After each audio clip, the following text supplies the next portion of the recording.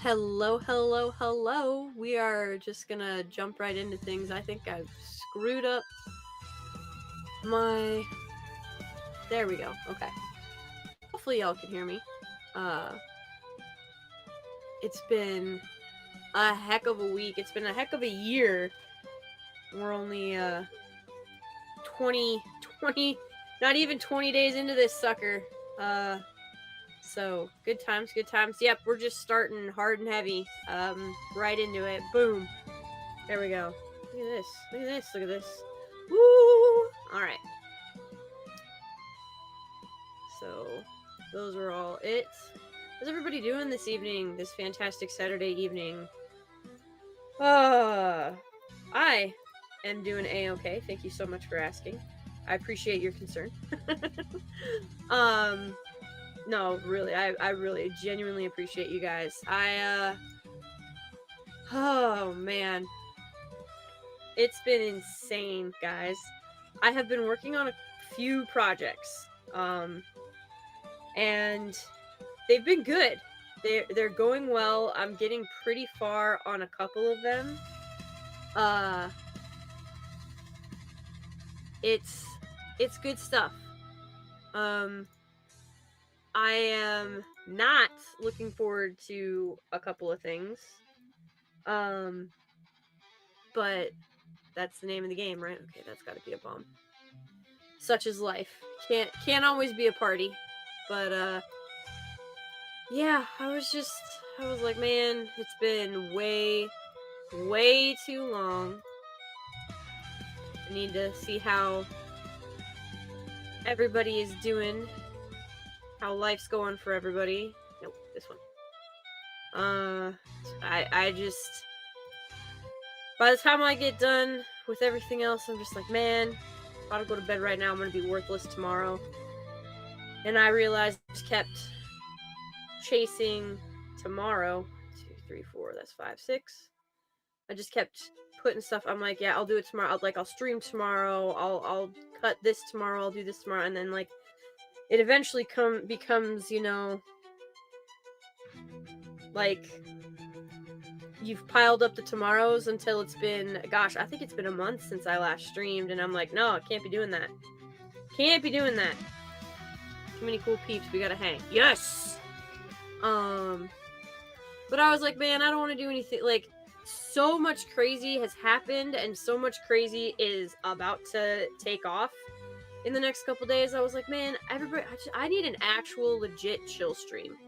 And I freaking love Minecraft.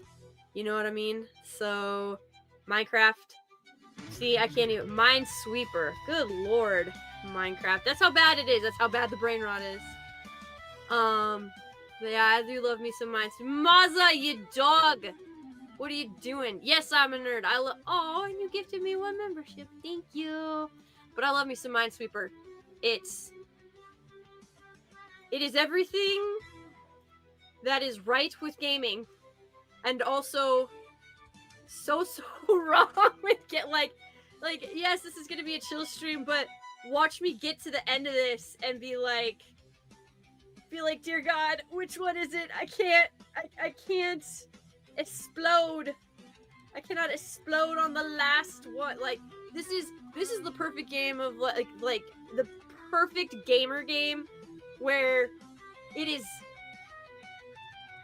calm, it's fine, you're doing great, things are going the way they're supposed to, and then you're just like, man, it's coming down to this. Like, it is coming down to this, and I'm terrified. Man, I cannot get a break in here. If this... Oh, this should have been a 1. So 2 of these are bombs. One of these has to be a bomb. Okay, we can figure this out. Hold on. We'll come back. I'm gonna look at that with fresh eyes. But this has got to be... Listen here. I'm not going nowhere there, Maz. But hi, Maz's mom. She is welcome to stay.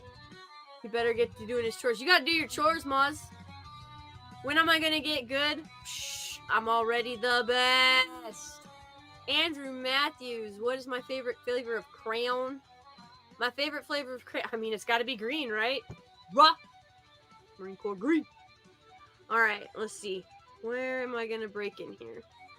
Okay, well, this is already touching too, so that's a bomb. Boop, boop, boop. But yes, Minesweep is that game where you're like, this is a relaxing, soothing, calming game. And then you absolutely blow it because you miscalculate by like a hair. Right? Because like it's just what if I had three-cornered this and I'd be like, oh, this is already touching twos, and I would have done all of this, and one of these is a bomb. So I would have gone boom. See what I mean? And then you get frustrated with yourself because you didn't think you were that stupid, but this game makes you feel stupid. Minesweep is no joke. Cajun Corey! Hey, what you doing, handsome? Steed. I am doing well. I have had... It's been a busy day. It's been a busy day. Last toxic male's picking me up so you can get some Pokemon cards. Oh dear. Oh dear. Maz's mom has entered the chat and is destroying him. Alright. So, it would make sense for one of these to be the bomb, which means this wouldn't be a bomb, which means that wouldn't be a bomb. But if this is a bomb, that means neither of these are a bomb, and then that's a bomb. And if I click on it, then I'm dead. Stress! Okay. Well, this is already touching 2, this is already touching 2, so this has to be a bomb. So that's 2, so that means this isn't a bomb. Da-da-da-da-da-da-da. Woohoo! Touching 2. Yes! Alright! Making some headway. Oh, crap. Oh! Okay, that is not a bomb. That is a bomb. Oh! Wait. That's not a bomb either. That's touching 3. Yes! Thank you, Jesus! Alright. That's touching 1, so that's not a bomb, that's not a bomb. That is a bomb, which means these are not bombs. And this is touching 3, so these are not bombs. Which means that has to be a bomb, which those are not bombs. Yeah, uh-huh. Sweeping to mines, sweeping to mines. Oy vey. Conroy 1776, what is going on?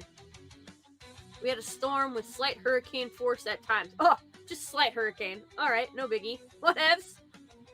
Freaking Norwegians. Isaac, what's going on? Oh, good times, good times. Alright, this is not a bomb. Which means this is a bomb. So that's not a bomb. These two are bombs. That has to be a bomb, which means these two are not bombs. This can't be a bomb because these are both 1, so one of these is a bomb. 1, 2, 3, 4, 5. 1, 2, 3, so that is also a bomb? Which means that can't be a bomb, which means that one is a bomb, which means that one's not a bomb. 1, 2, 3, 4, 5. 1, 2, 3, 4, 5.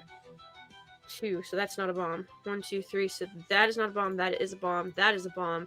That's not a bomb, that's not a bomb, that's a bomb. Oh, sweeping to mines, sweeping to mines.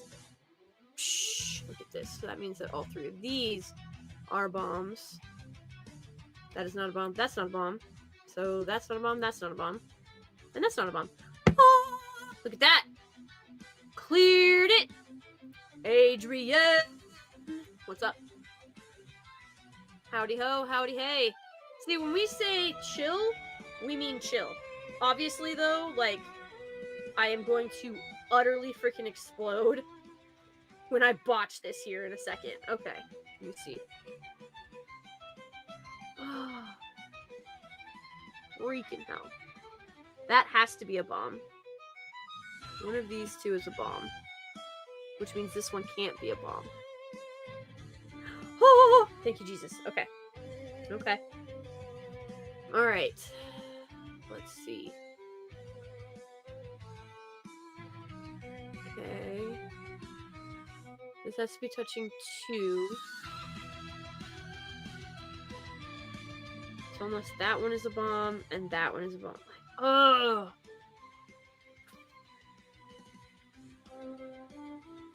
Fudge. Okay. Okay. We can do this. We can do this. Oh my god, this wall of 1s. You think it would make it easy, but it just doesn't.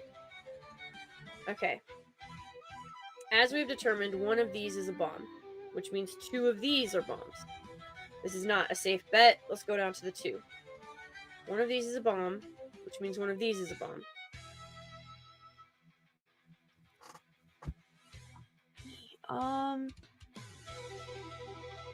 Okay. Shit.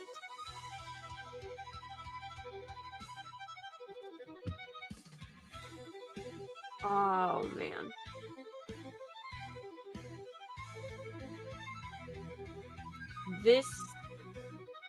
This has to be a bomb.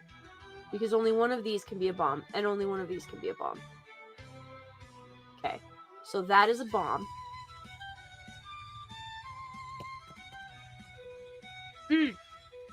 How's everybody else doing?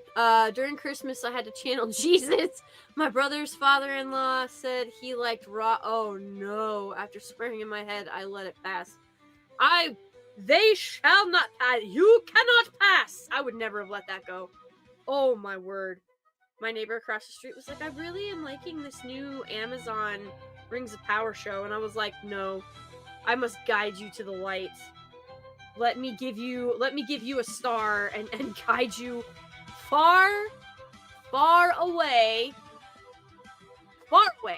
from that atrocity."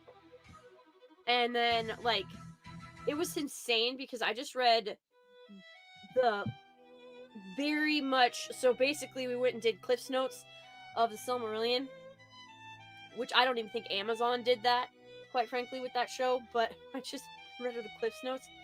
And she was like, "That isn't anything like the show." And I'm like, "Yes, I know. It's because they don't care." Oh my good lord. Stieg with the dad jokes. Did you know Jesus makes ale? He brews it. I've heard that one, but with coffee. That's more church appropriate. Alright. These. Yes! Alright. Phantasmagorical. Okay, that can't be a bomb. But that has to be a bomb, which means those are not bombs. Ah! Yes! Alright. Sweep into mines. Sweep into mines. Do do do do do. Do do do do do do do. Alright. So this has to touch 2. So it could be this one. Should give me the 3. Oh, why, oh, why? Methinks this is not a bomb. I'm gonna... Please, God, please. Okay. Alright. Okay. We're hanging in. We're hanging in. We can do this, guys. We can do this. Okay. We'll come back to that one fresh eyes. So that's not a bomb. That's not a bomb. That's not a bomb. That is a bomb. Do, do, do, do, do. Okay. This one has to touch 4, which means all of that's got to be a bomb, which means that's not a bomb, that's not a bomb, that is a bomb. That's a bomb. That's not a bomb. 1, 2, 3, 1, 2. That's not a bomb, so that is a bomb. And that's not a bomb. Yes! Alright, now we just got this little patch of hell. Okay. Alright. We can do this. We got this. Oh, shit, look at this. It's touching 1, so that's not a bomb. Which means that is a bomb. Which means this one isn't. Which that one is. So that one's not. That one is. Alright. Okay. So this one obviously has to be a bomb. One of these 2 has to be a bomb, so that one's not a bomb. That one's not a bomb. That's a 1, so that's not a bomb. There we go. There we go. There we go. That's touching 2. That's touching 3. That's not a bomb. This is touching 4, so there we go. Boom. That's touching 2, so that's not a bomb. That is a bomb. 1, 2, 3. 1, 2. Yes. Yeah! Victory! See? Easy day. Easy freaking day. It only takes 814 seconds. What is that divided by 60? Because there's... Let's see. 60 times 5 is 300. So 10 minutes gets us to 600. It's about 12 and a half minutes. Not bad. Not bad. Winner, winner, chicken dinner. 12 and a half minutes. We can do better. We can do better, guys. But yes, welcome to actual chill stream gaming. Okay? Chill gaming stream, chill stream gaming, whatever. Easy day. Jose Taco! Yes! This is Minesweeper. It is fantastic. You get problem-solving strategies, you get puzzles, you get the satisfaction of winning. Mine sweep! Sweep into mines. Sweep into mines. Mine sweep.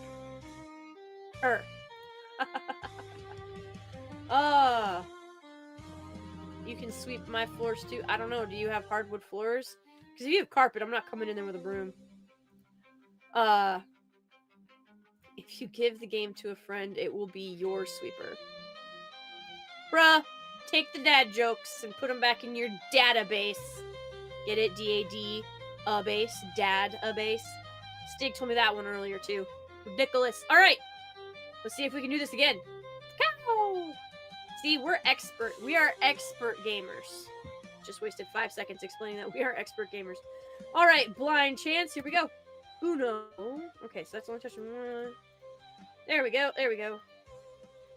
Because there really is no other way other than to just randomly click in the click in order to find an opening at the beginning of the game. There is literally no other way. Which is always devastating because there have been many a time where I click on the mine and so like I die before I even really get a chance. And that's just devastating. Devastation. How's everybody doing? How's everybody doing? Lethal Plusho Beach Lightning. Pusho, sorry. My man, Lethal, what are you doing? How are you, King Lethal, sir? You guys have had a very busy time, from my understanding. That's touching too, so neither of these are bombs. Oh, which means only one of those can be a bomb, so that is a bomb. That's a bomb. It's gotta be a bomb. Yeah, because this can't be. So that one's a bomb, and this is already touching two, so that's not a bomb, that's not a bomb. That's not a bomb, that is a bomb. But bam! See, we can do it. We can do this.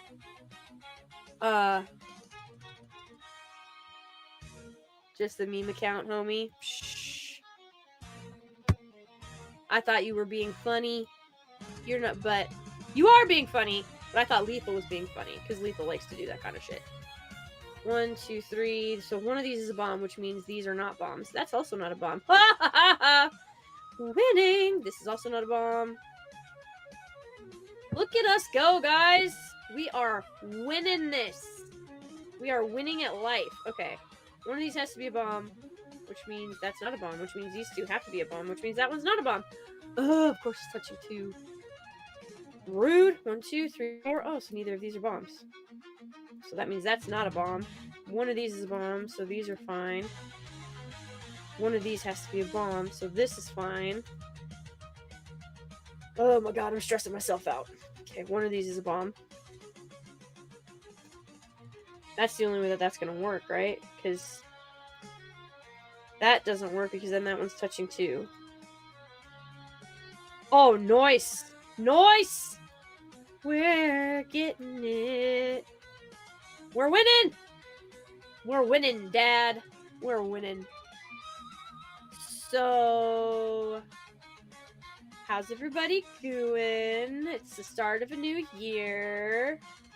It's been pretty freaking crazy. We've gotten like 10 years worth of shit in like 10 days. Alright, that's 1, 2, 3, 1, 2, 3, so that can't be a bomb. Score! So that's a bomb. That's not a bomb. That's not a bomb. One of these has to be a bomb, which means that one's not a bomb. So, sweet. Frickin' A. Look at us go, guys! You guys are awesome. Look at this.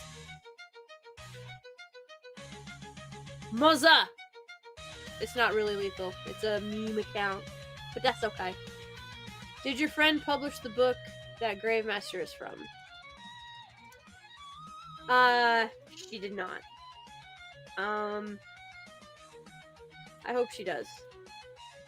I really hope she does, but it's her call. She's good people though, and if she ever does, I think people are gonna read the ever loving piss out of it. It is a sad state in which, if you guys are not aware, so this is less chill, but we can talk about it. If you guys think that, like, alright, we're about to get into, like, distribution of goods and a lot of economic talk, but, you know, it's good stuff to know. Here's the thing. A lot of people think that you need... I'm gonna get distracted. Lots of people think that you need a lot of people in order to control an industry, and you don't. So, if you guys know anything about distribution, the best way to explain those would be, for those of you that don't know anything about distribution, I should say, the best way to explain distribution would essentially be they are pressure points. And what that means is if you apply enough pressure to those pressure points, you don't have to have thousands of people working together, and shockingly, a lot of the time, thousands of people will unwittingly work together for you to achieve your end goal anyway. But that's a little bit further down the line. But when it comes to distribution, it is a pressure point. It's a bottleneck, right? So if you know anything about battle tactics, if you can bottleneck an enemy, numbers do not matter. The terrain defeats the enemy for you, essentially, right? So in that, when people are talking about controlling an industry, they're not talking about controlling everyone within the industry like lockstep, like everybody believes the same thing. They have all these people in their back pocket. In fact, it probably costs them very little to accomplish their goal. Because if you get your people into the areas where that control like export, or you get them into the areas that sort of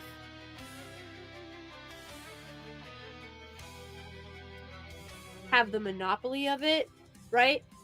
For example, in order to control like FedEx, right, to determine how that would go, how that operation would run. 1, 2, 3, 4, 1, 2, 3, 4, yeah. In order to determine how that would run, the only thing you would really have to control is the logistics office, right? Oh, good night, Corey. Thanks for stopping by. So, mainstream publishing, the issue has come in that the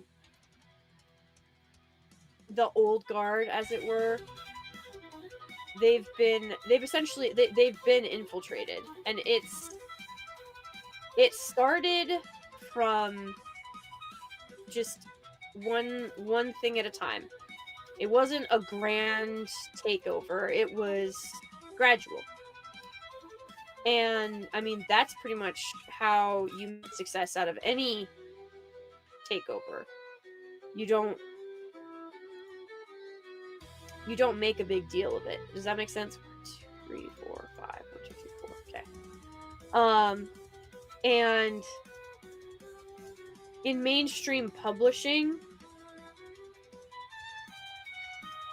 the ideology has seeped within it that like you can't get past the pressure points, and so now places like Penguin and Tor and these larger publishers, And even these so-called independent publishing houses, they are too encased in ideology that, like, they can't see the forest through the trees. And that becomes a really big problem because now they're turning people down.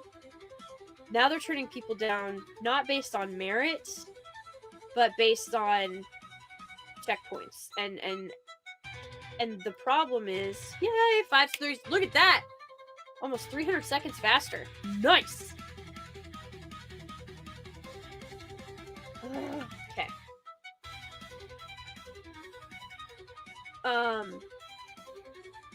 But the publishing industry has sort of, it's facing the same issues. Oh! I clicked over too fast! Oh, defeat! Instantaneous defeat! Rude! Alright, here we go. Son of a bitch. Alright. Okay. Alright, didn't blow it that time. Yay! Alright. So this one's not a bomb.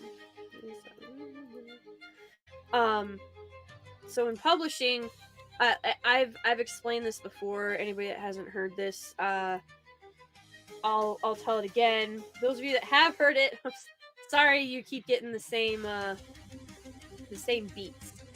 But I have a friend who, she poured so much research, like hours and hours. She poured her heart and soul into this book. And just, I can't even tell you the hundreds of hours. Like, she so there used to be this thing where authors would go, like, travel, or they would put themselves in the situations that they were trying to put their characters in, so that they could see if it was, like, realistic, if it would work the way that they thought, right? So that's what, and that is how we were both taught to write. We had almost the exact same mentors, and we were both taught the values of masculinity, of masculine traits, of femininity, of feminine traits, what that looked like, how that translated in regards to, like, okay, so that has to be a bomb. One of these is a bomb, so that's not. How that translated into, like, onto paper, right? We learned what a self-insert was, why it was a bad thing, a very bad thing. Because if you are not writing an autobiography, you should not be putting yourself in the story, essentially, right? However, you do need to put yourself in your character's shoes. So, like, if you don't know what damage a cannonball does to a ship's mast, for example, you guys should go look up, like, splinters on a pirate ship, because the word splinter actually comes from that time, like, from the when we were seafaring days and everything like that. When someone got a like, when someone was splintered, it was huge chunks of the mast, like, going into their guts. That's what it was. It was not a good time for the individual that was suffering through it. And we, like, unless you did the research, you wouldn't know that the splinter that's being referred to is actually huge. I mean, it could be like 45 to 55 pounds. It could be anywhere from a foot to 6 feet long. That was a splinter, because, right, the mast is splintering apart. But if you don't go do the research, you don't know that. And so we would read books. Okay, that has to be one. That has to be one. We would read these books, and it would talk about, you know, the splinters from, like, the first mate got a splinter in his arm. Well, the problem is, if if they don't if they don't realize what actually constituted a splinter back in the day, they're gonna write that and they're gonna think that everybody is gonna assume, oh, he got a splinter in his arm, okay, it's not that bad. But if I were to write a book and I were to say like he was like the splinter of the mast impaled his chest, a lot of people will think that it's like tiny little sliver, like what we think of like slivers. They'll think it's these tiny little things like porcupine quills that impaled him in the chest, and they'll think, oh, it's like a lot of little daggers basically stabbed him in the chest. No, I'm talking about a massive splinter that went straight through the guy's chest and like broke his spine in two, right? So that's the kind of stuff that unless you do the research and the work, you're not going to know. But you also have a great opportunity to have historical accuracy, and a lot of your audience is going to appreciate that, especially if you're writing like historical fiction. Your audience is going to appreciate that so much if you are faithful to if you are if I mean, we talk about it all the time in our sphere, right? Like, respect the lore. Well, this is history, so it is equally as important. Well, she poured, and that's just that's a very small example, right? But it is something that wildly gets overlooked. And it's like she poured, God, I don't even know how many hours. I would say easily over 400 hours of research into this book, to make sure that it was accurate. And essentially what was happening, and what's happening in her book is, it is during the Crusades. It's during the Second Crusade. And there's a man who is who leaves his village to go seek help in Rome because their village is being overrun. They are being attacked. Their women, their children are being like kidnapped. And this is historically accurate things that she is writing about. And so he leaves his village to go seek help from Rome. And on the way he has to overcome all of these trials, all of this tribulation. And when he finally like gets to Rome, they're like, you know, we have nobody to send. You're gonna be like, you're on your own essentially, right? Well, he does end up, I won't ruin it in case she ever, like, if she ever does publish, but he does end up finding like it's a Christian book. He does end up finding champions in the most unlikely of places. He does end up getting help for his people. 1, 2, 3, 4. Okay, so that's 5. So that's not, that is for his village, and they do end up like saving quite a bit of people. Like, there's a lot of stuff that happens in the book that I don't want to ruin, if if you'll forgive me, if she ever does publish. But they go back. There is a lot that happens. They save some people. They don't save them all. The end of the book is really freaking good. Like, really freaking good. And when it's all said and done, she's ready to publish, and she was told that, well, is there any way you could make the hero black, or not? But it could. So the hero is already black, but is there any way you could make the hero gay?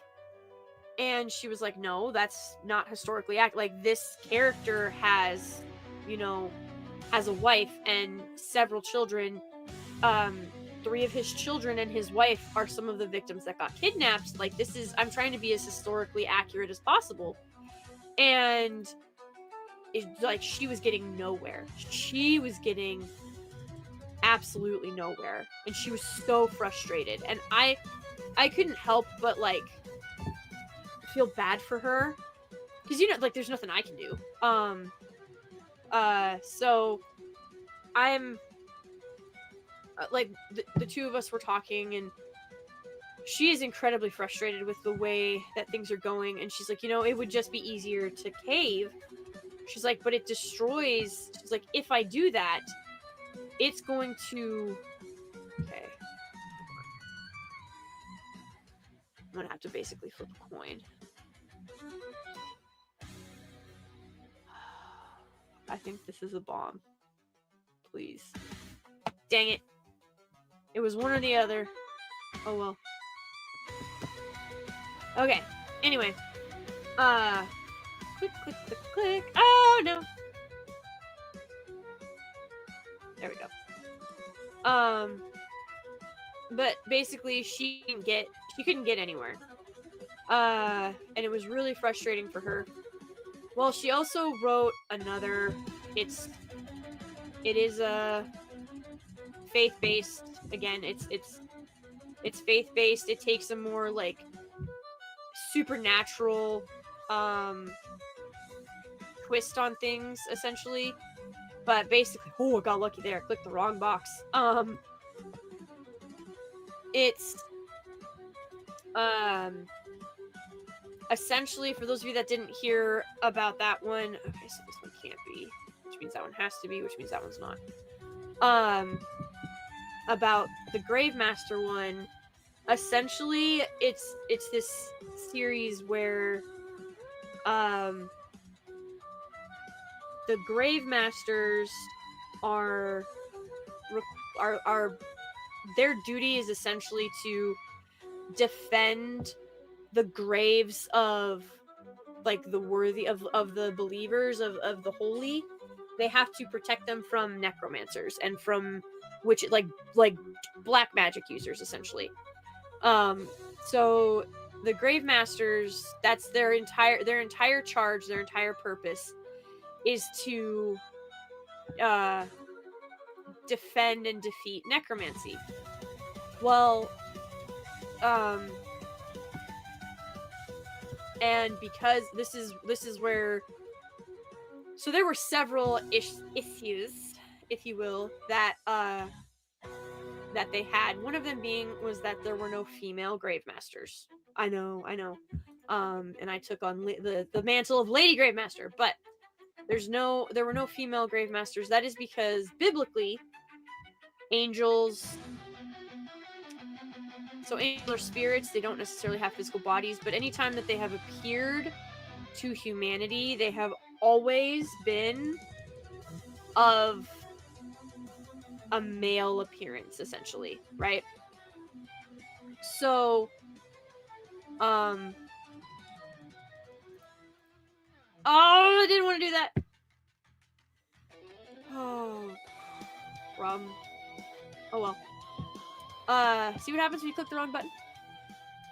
And so they were like, well, how come there's no females? And so she explained, like, this is based on thousands of years of theology. Like, this isn't, I didn't just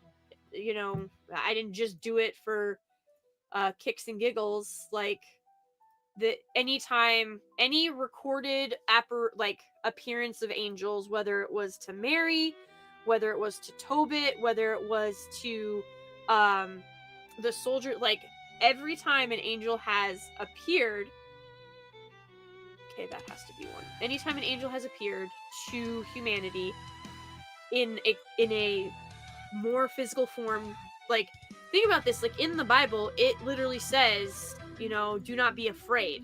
When the angels appear, it's literally like, do not be afraid. Unless, of course, you're talking Gabriel, because when he appeared to Mary, of course, he was like, Hail Mary, full of grace. But the wild thing is, you know, she had all of this data, all of this research she poured. So, and I helped her with that one, like, because it was something that was near and dear to my heart. I really, really loved what she was doing with it. Why aren't there any female grave masters? It didn't matter how many times you explained it. Didn't matter how many times you informed them that it wasn't a sexist thing, that, you know, we didn't have uh, anything against females. It's just that, like, theologically, it doesn't make any sense to have a female grave master if they're supposed to be from, so angels are, there's 9 choirs of angels. They are divided into 3 orders, 3 choirs per order. The first order is the highest to the highest, then you have the second order with the middle 3 choirs, and then of course the third order, which is the lower 3, and that is, you have your principalities, your archangels, and your angels. And that has to do with their proximity to God. That is, like, that's why they are what they are. That's why. So the seraphim are the highest choir of angels. They sit at the foot of the throne of God. And then of course you have the cherubim. They are the second highest order of angels, and a cherubim is in front of the garden, the entrance to the Garden of Eden, so that we can't ever return there, right? So there's all, like, there is history here. Like, some people want to call it mythology or whatever, they're wrong, because obviously, like, what we know that the Bible is truth, but I digress from that since this is not a theology stream. We can always put a pin in that and come back to it later. But the cherubim, there's one of those at the entrance to the Garden of Eden. So people are always like, oh, well, if we could ever go back. We can't ever go back, right? The way to the garden is lost to us for eternity. And even if you could, say you could find a way back to the Garden of Eden, you have to deal with, like, you have to deal with a cherubim. Literally the second most powerful choir of angels in all of creation. You're gonna have to take one of those on. And flaming swords. Also, by the way, God basically dropped a mountain in front of the entryway, so that is impassable. So I'm not really sure, like, what you are expecting to have happen. Like, I this isn't like, oh yeah, let me just, like, strap on my hiking boots and let's go on a nice little jaunt. That's not how it works. But yes, the publishing houses were like, well, we really need this and it. Like, they have a quota, they have a checklist. They very much, it is very much a thing. And my friend, she was obviously frustrated. I mean, you can't, how can I say this? There isn't a way to just tell these, like, it's not like you can go to a different editor in the building, or like a different publisher in like a different publishing editor in the building, and and like be like, hey, they said no, but they said to come talk to you because this is more your thing. Like, even in, like, they have different agents, but they all beat the same drum. They're all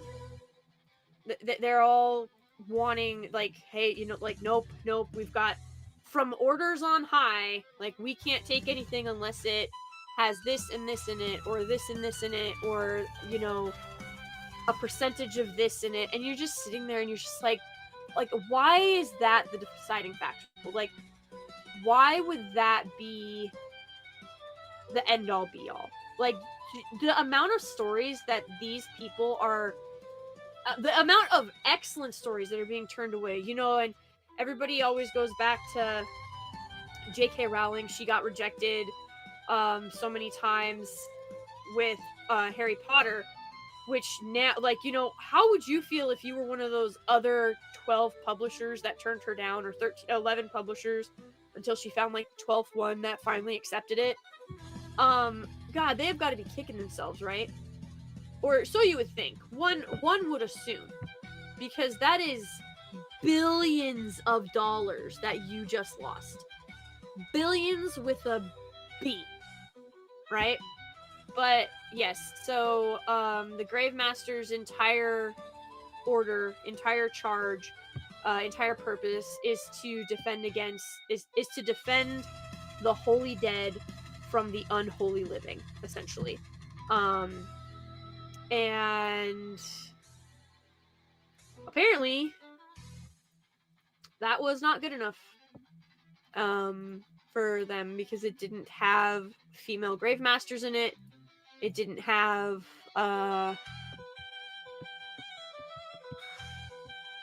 it didn't have enough bow chicka bow wow in it. I couldn't think of another way to put that. So yeah, got rejected. All right, there's 5 bombs left. One of these has to be a bomb. This might be a bomb. If this is a bomb, then that's a bomb. But that could be a bomb. So one of these is a bomb. One of these is a bomb. This might be a bomb. There's 5 bombs left. 2, 4, 6, 8, 10, 12. Okay. Odds are very high that I'm going to randomly click on a bomb. Oh, what to do, what to do, what to do, what to do.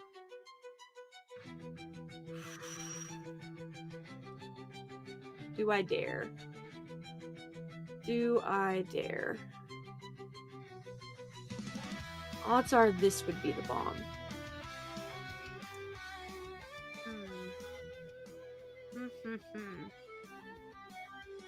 Could click on this one and that would tell us everything. This could be a bomb too. Alright, we're gonna click on this one, guys. Ready? 3, 2, 1. Oh! Oh! That actually doesn't help us at all, because it could still be this, or it could be this in one of these. God. Alright, let's click on this one. Nope, that was the bomb. See, that was the bomb. Should have gone with my gut. Oh, well. Dun, dun, dun! Sad day. Sad day. We have lost. I have never self-inserted myself in a story that's dumb. I want to hear other tales. Yeah, exactly. So, like, what we learned was you don't put yourself in the story, but you do need to put yourself in the position of your characters to figure out if something is realistic. So, if your character is, trying to escape from a locked room, or from, if they're chained to a floor, or like, you need to actually put yourself in those positions, like, not like, be safe, have people there, make sure that you're being as careful as possible, that you have like emergency equipment. Like, if you're just trying to pick a lock, that's one thing, but it's an entirely different thing if you are actually like there was an author, gosh, I forget his name now, but he was doing a book on Houdini, and so he was trying to do some of, like, I think the name of the book is the trick that killed Houdini or something like that, or made Houdini disappear forever. Like, I forget what he called it or whatever, but he was actually trying to do the trick, and he had emergency services standing by. He had all these people, so that in case something went wrong, which it likely will, because it killed Houdini. He had the people there to assist him. Well, I forget exactly what happened. So that has to be a bomb, which means that's not. I forget exactly what happened, but like, he almost died. And even with emergency teams there, he almost died. So, like I'm saying, don't put yourself in like a super dangerous situation. And even with the safety people there, it almost cost him everything. But if you're able, like, one of the things that I get really irritated with is the fact that, like, when it comes to archery, or and you guys have, if you've ever watched any of Shad's videos or Shadiversity, which I strongly recommend, yes, it's fantasy, and yes, you can use a magic system to kind of explain some of it, but the tactics that they use in a lot of medieval fantasy stories really bother the shit out of me, because there's no tactics whatsoever. There's no logic to what is being done. It is very chaotic. That's how you lose battles. Like, does that make sense? You can't just wing it on a battlefield. That is not how it works at all. So if you're not studying tactics, if you're trying to write, an epic war scene, but you have no study in, if you're not a tactician or you haven't studied tactics at all, and you don't put in the effort, it's not going to make any sense. It's going to be horrific. It's going to be a catastrophe. And the way that we were taught to write was, regardless of who your character is, if you're having them do something that requires something outside of a skill set that you possess, research it and put yourself in that situation if you can. But do not make yourself the star of your own novel. Like, unless you're writing an autobiography, you do not belong in the book. Your natural biases are going to come through in the writing anyway. You do not have to make it overt, because you can't write, you cannot write what you don't really believe. Like, you could, so I'll put it this way: you cannot write well what you do not yourself believe. So I can't write, this is so funny, and I know this because I've tried. Now, I have a bet with a friend. It's a different friend. I'm actually related to this person. And the bet that we have is that so one of these has to be a bomb.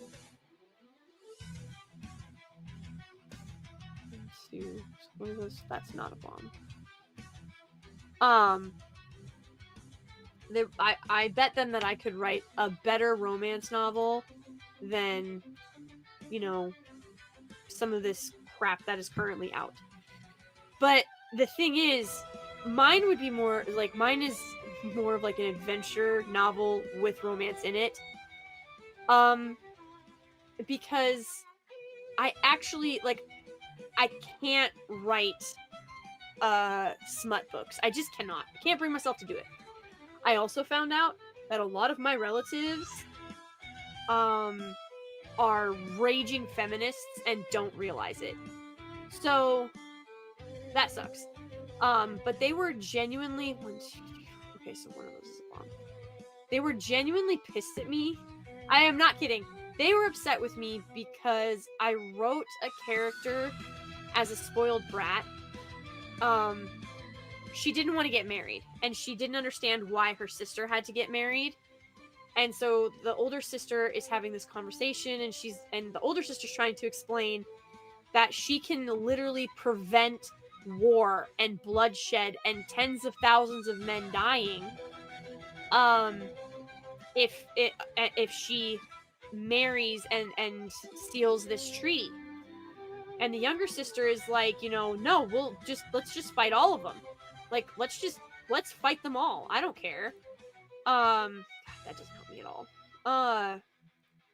So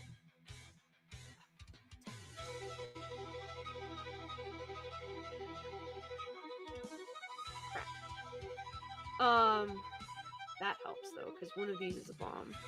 One of these is definitely a bomb, which means none of those are a bomb. Sweet. Oh, look at that. There we go. So the sisters are having this conversation, and I just tossed it to, like, I have found out that the audience that I am writing for, I guess, might not exist, and so this might totally bomb if I ever do publish it. But, yeah. My female relatives were freaking livid that the younger sister was being, like, their exact words were, "You're making her sound like a spoiled brat who doesn't care about anybody other than herself." And I was like, well, yeah, that's kind of the point. And they were like, why can't she have like a cool epic battle? Like, they wanted her to ride into the middle of battle, charging with a sword, and basically like kill the have her badass warrior chick moment. And I'm like, okay, but that's not this story at all. And she grows as a character and realizes that sometimes the absolute best thing you can do for your people is prevent the atrocities that would wipe them off the face of the planet, or at the very least make it very difficult to live and thrive. So she grows as a character. But man, oh man, the women in my family, they were like, oh my gosh, that is so sexist. Like, she's worth you've basically reduced her down to nothing more than tits and ass. And I'm like, what are you talking about? I said, that isn't at all what I did. But yeah, they are just readily convinced that because the women are not riding off into battle. Oh, good night, Matthews. Mr. Andrew Matthews. They were just like, well, why do you hate her so much? And I said, I don't hate her. Like, this is the problem. Just because she isn't the one that is charging off into battle does not mean that I hate her. Like, she is literally being exactly who she needs to be for the story. And I was like, do you understand that yes, women knew self-defense? 1, 2, 3, 4, so one of those is a bomb. Women knew self-defense, especially if you were of more noble birth, because you were trying to protect 598. You were trying to protect the honor of your family and everything like that. But women did not ride off into battle. Like, that's not a thing. That is not a thing. And every time they bring up Joan of Arc, and I'm like, yes, when God ordains something, when you have like literal God-given just orders, that's different than, a spoiled princess getting on a horse, charging into battle, thinking she knows stuff when she doesn't. Like, again, my relatives, they're coming at this from an angle where, like, they don't understand princes, captains of the guard, like, generals, soldiers. Even poor soldiers were given basic tactical training. But if you're talking about nobles, like the men who would lead other men in war, they were being taught tactics and military movements and training basically like since they were 5 years old.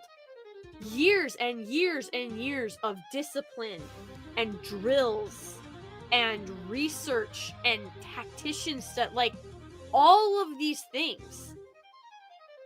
And I'm sitting here like, you do not understand how battle works at all. And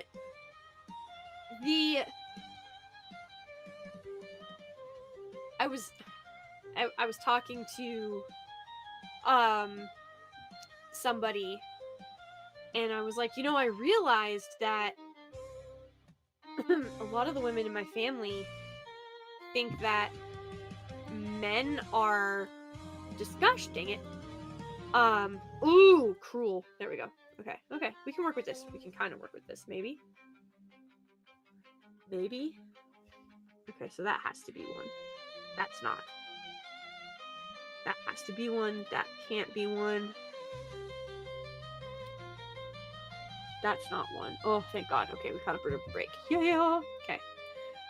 Anyway, found out a lot of the women in my family think that men are disposable. Like, I don't know how else to put it. They genuinely they see men as disposable. When they're like, when they're sitting there and here's the wild part. I'm trying to explain to them that historically the princess, especially a 15-year-old princess, is not going to be riding into battle. It's not historically accurate. And they were like, well, that doesn't matter. It's fantasy. It's this. It's that. But then in like just a few minutes later, okay, discussing the same story, when we're talking about stuff, and I'm talking about how, you know, she's marrying so that these men don't have to, like, essentially not abandon, but for lack of a better word, you know, abandon their families, abandon their wives, their children, to go ride off and fight in an unnecessary war. And I shit thee not, they were like, well, that's what men were supposed to do. Like, that's what men are supposed to do, especially back then. And I'm just sitting there like, how could you possibly, like, so you want to continue to uphold that standard where men are willing to go fight and die for the princess or the crown or whatever, like, you know, so that the princess doesn't have to marry an asshole or whatever, or an alleged asshole.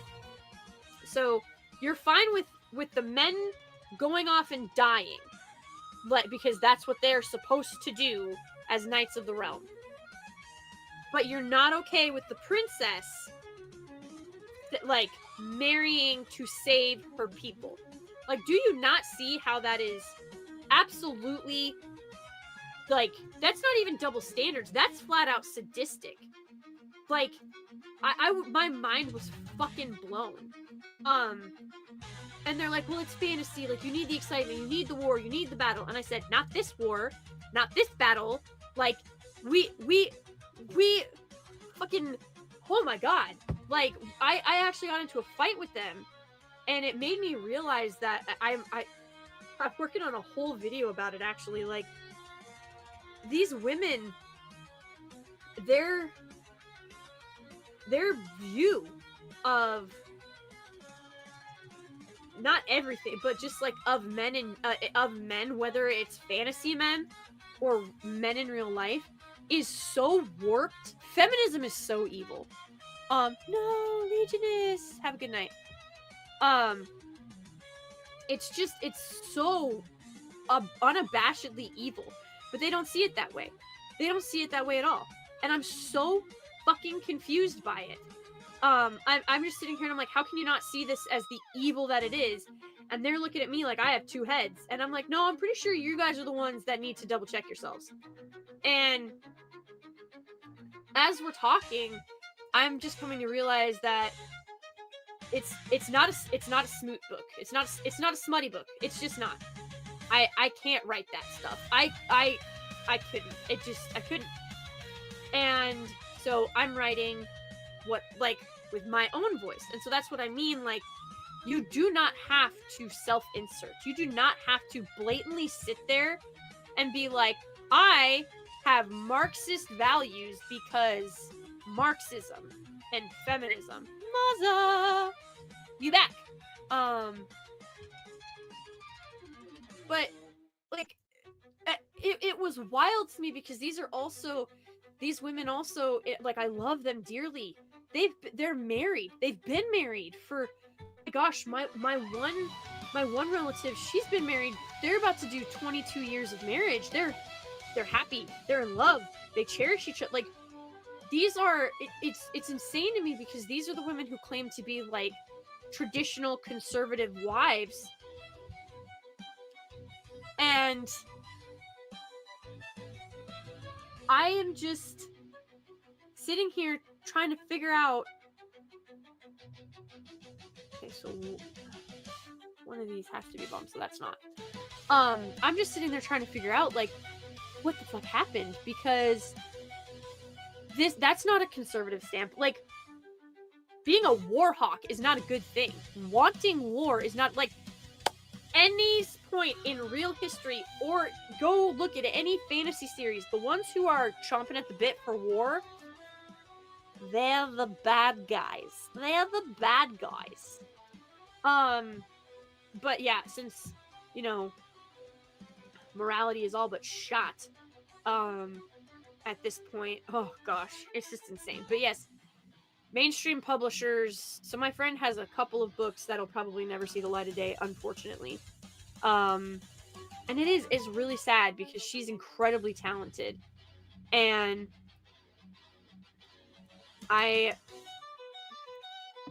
it's just one more thing that is going to be deprived because of identity politics and quotas and checklists. And it's a crying shame, really. But what can you do? You know, like, that's the thing when it comes to the publishing industry, when it comes to any of these big industries, really. Could be these two. That would make that one the bomb. But when it comes to any of these big industries, you just have to get to the distribution points, the bottleneck area. That's all you have to do. That's really truly all you have to do. And then you can control the entire industry virtually remotely. You don't even, it doesn't even take much effort at that point. If you can get to the distribution points, you will be able to control vast swaths of the industry, because they can't get it out the door without your say-so, without your approval. And if they don't have your approval, then it doesn't go anywhere. So you'll just be like, it's a good story, but we need more representation. And so what do? You have to write in forced representation, and then pretty soon every story sounds almost exactly the same. And everybody is wondering what happened. So there you go. There is the travesty of current events in the mainstream industry. Okay, so one too many bombs.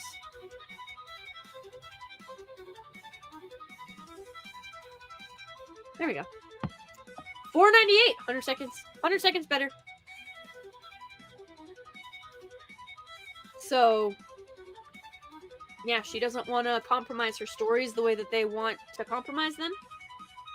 She does not have the resources to independently self-publishing. Self-publishing is hard, guys. There are thousands of books get self-published like daily. It's rough. And the sad thing is, yes, where most self-publishing novels and like where you have to self-publish on, it you know, it's not like she doesn't really have the means or the time or the know-how. Like, I've offered to do like a not a Give Send Go, Indiegogo, or even a Kickstarter. She wanted to use them, even though I told her Indiegogo would probably be better. I've told her about it, and she's like, yeah, no, I don't think that's gonna work, because of X, Y, and Z. And so she doesn't have the means, the know-how, or the time to like self-publish and do a whole like drive or pre-order drive or whatever you want to call it. And it's gotta be incredible. Like, I can't even imagine how frustrating this has got to be for her. Why did I do that? I'm not that stupid. Apparently I am. God dang. Good lord. Okay, we can do this. We can do this. There we go. Just gotta find the opening. Anyway.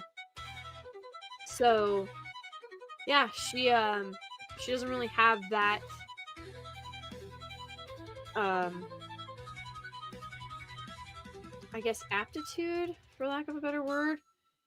And which is fine. It's not it's not for everybody. We know that. We know this. We know that it's not for everybody.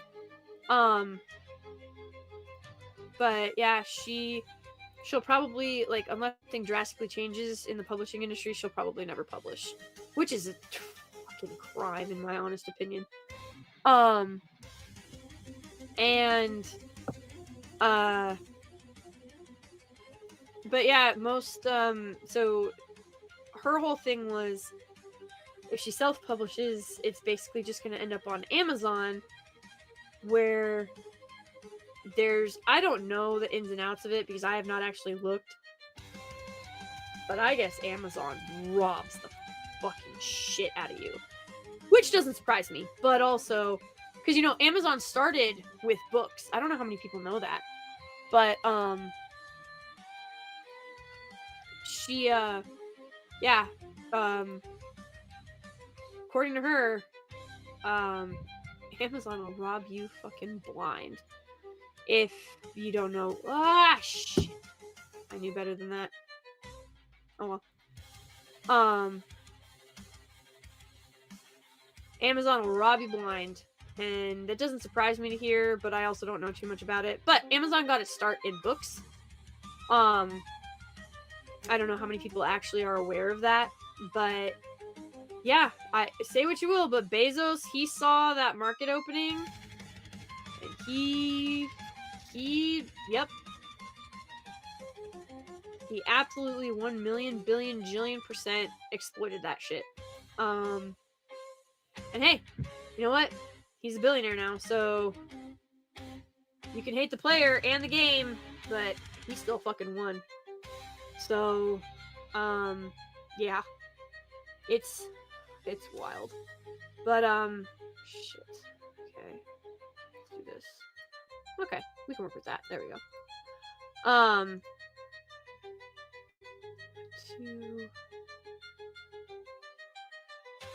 Okay, so that's.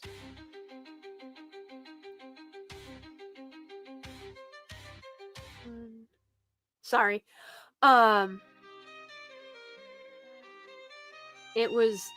It's just this. Oh, Barnes and Noble could have bought Amazon, but they said no to Bezos. Yep, just like the people who passed on Harry Potter. I bet they're kicking the shit out of themselves. I should use Substack. That's a good place for writers. Lots of publishers use Substack to find good stories. So yeah, I don't know. Again, I've not looked into it, which I probably should start doing more of. But I haven't really looked into the whole publishing side of things. I do know that it is. Shit, why did I do that?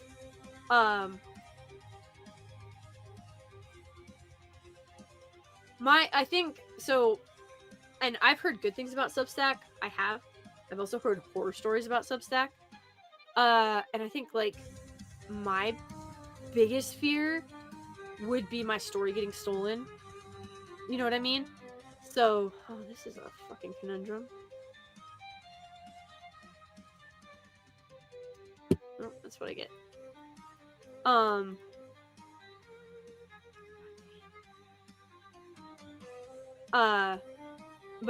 But you hear it all the time about these authors who you know, publish on Substack or something like that, or they do something wrong, or there's a fucking technicality that you know, they end up getting absolutely nothing for their story or whatever.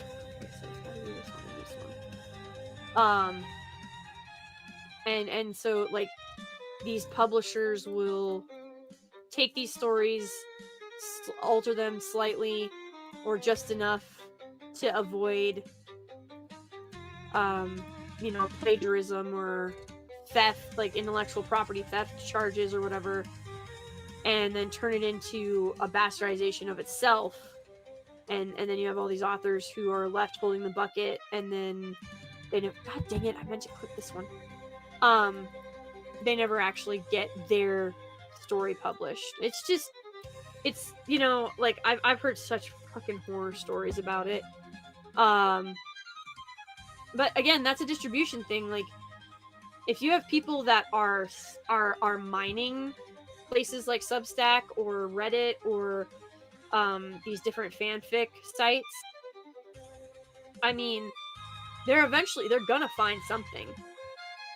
And I think the concern more than anything would be that they find the loophole, right? So there's, yep, what could have been. Bad business decisions. It's what happens when you don't have innovation and you're not forward thinking. And love it or hate it, rejecting technology does not stop it from growing. Okay, so that has to be one, which means that's not one.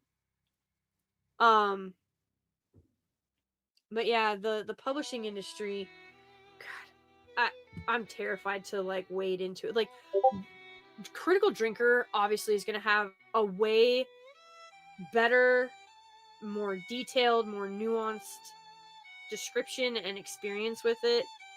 Okay, one of these is, so that one is not, which means all of those are, which means that one is not. But, and like I said, I have no idea really the ins and outs of publishing outside of what I was taught in school, and like what some of my friends have experienced. I've not delved into the world of publishing.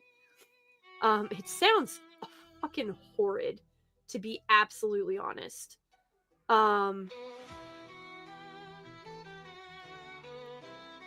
But the whole idea that, you know, I just can't get over the fact that women, I mean, and I love my family, and they're good people, but they do not realize the absolute vulgar evil that they are spewing when they talk, when they are talking about, you know, I mean, just think about this from a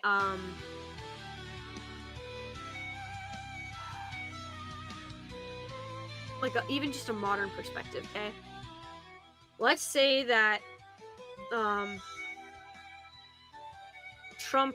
one of Trump's daughters could marry like a Swedish royalty or something like that.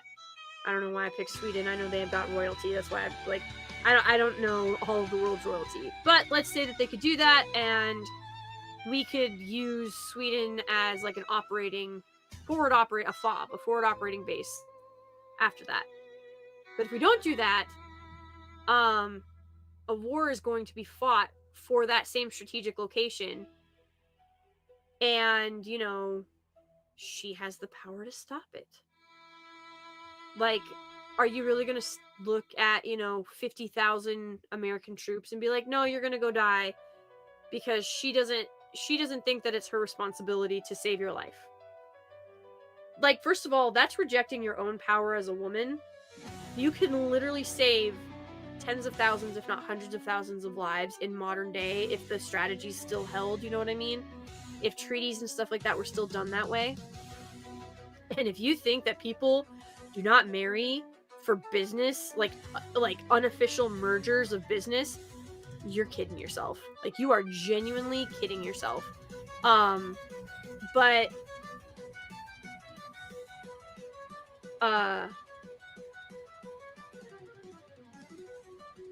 the whole like, ow,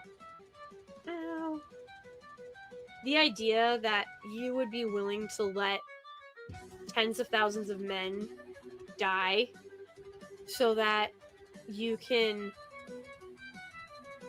ride off on, like, go gallop on a horse and these are not it, so that one is. Oh, look at that. so that you can be a self-centered, spoiled princess and completely and utterly just abandon all responsibility. That sounds pretty fucking evil to me. And it's gonna come at the cost of thousands of lives, tens of thousands, hundreds of thousands of lives. It just blows my mind because these are the same women who, you know, they don't want their nephews, their sons. Okay, so hold on. 1, 2, 3, 4. 1, 2, 3, 4. So there we go. They don't want their husbands, they don't want their sons, they don't want their nephews going off and fighting in wars. Right? They don't want them needlessly, like, literally the words that came out of their mouths were like pointlessly dying for other men's greed. Was essentially, like, that's what they said basically.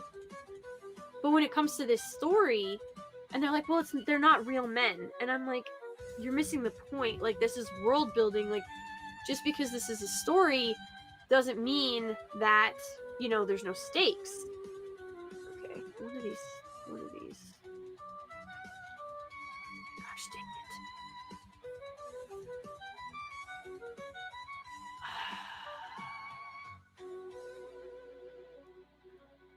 Oh, thank God. Okay.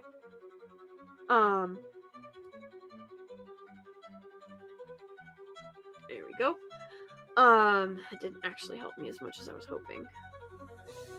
Crap. Makes sense if this one was it, because then these would not be bombs. I don't know. Sorry, had to think for a second. But,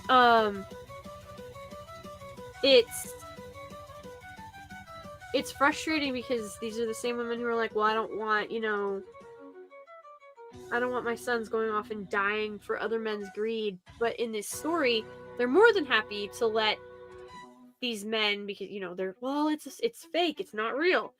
Okay, but it says so much about what you actually think or believe of men, because you're just willing to let these men die so that the princess can have her Xena warrior princess, Amazonian Wonder Woman moment, essentially. Like, you want her to be a man in that moment. They're like, no, she's a woman, that's why it's such a big. And I'm like, no, you don't understand. Like, you are actively rejecting the power and the role of femininity. Like, you are actively rejecting it. And they're like, no, we're not. And I'm like, yes, you are.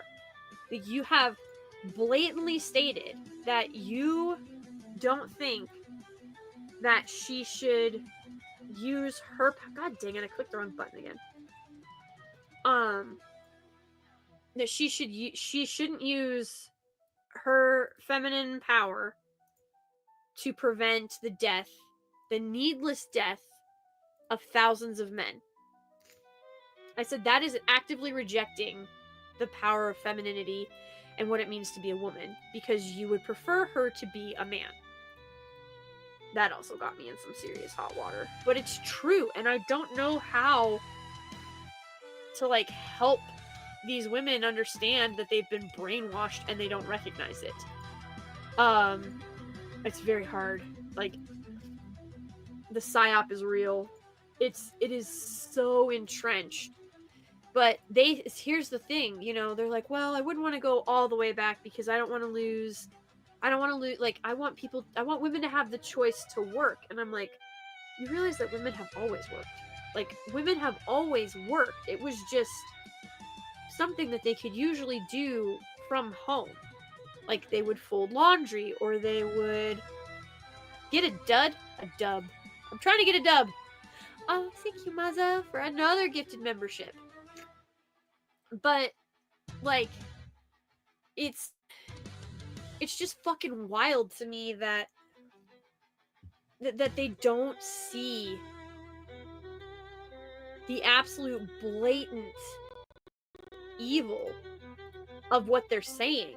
And I don't, like, you cannot convince someone who is brainwashed that they are brainwashed. It doesn't work that way. If it worked that way, then brainwashing would not be nearly as effective as it is.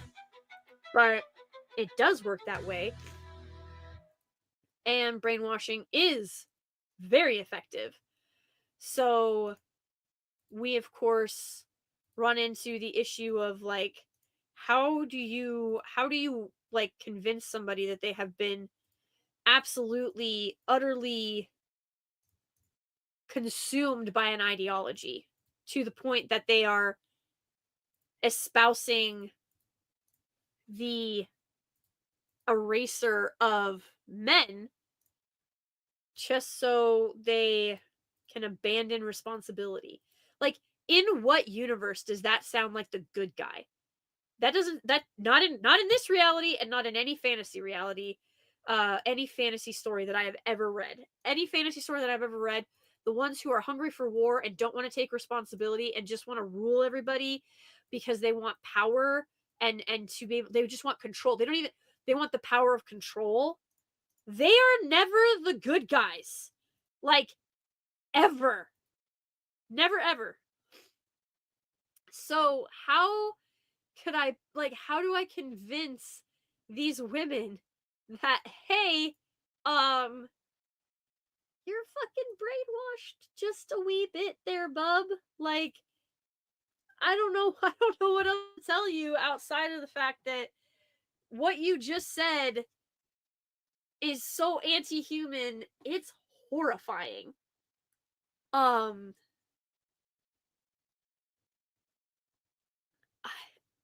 I'm just, I'm freaking blown away that they can't. Okay, 1, 2, 3. One of these is a bomb. Oh, do we go out into the abyss? Because one of these is, I'm willing to bet it's this one. But it could be this one. I don't know. Ha ha ha. One of these is a bomb. Okay, this can only touch 2. This has to touch 3. That doesn't help me. Not at all.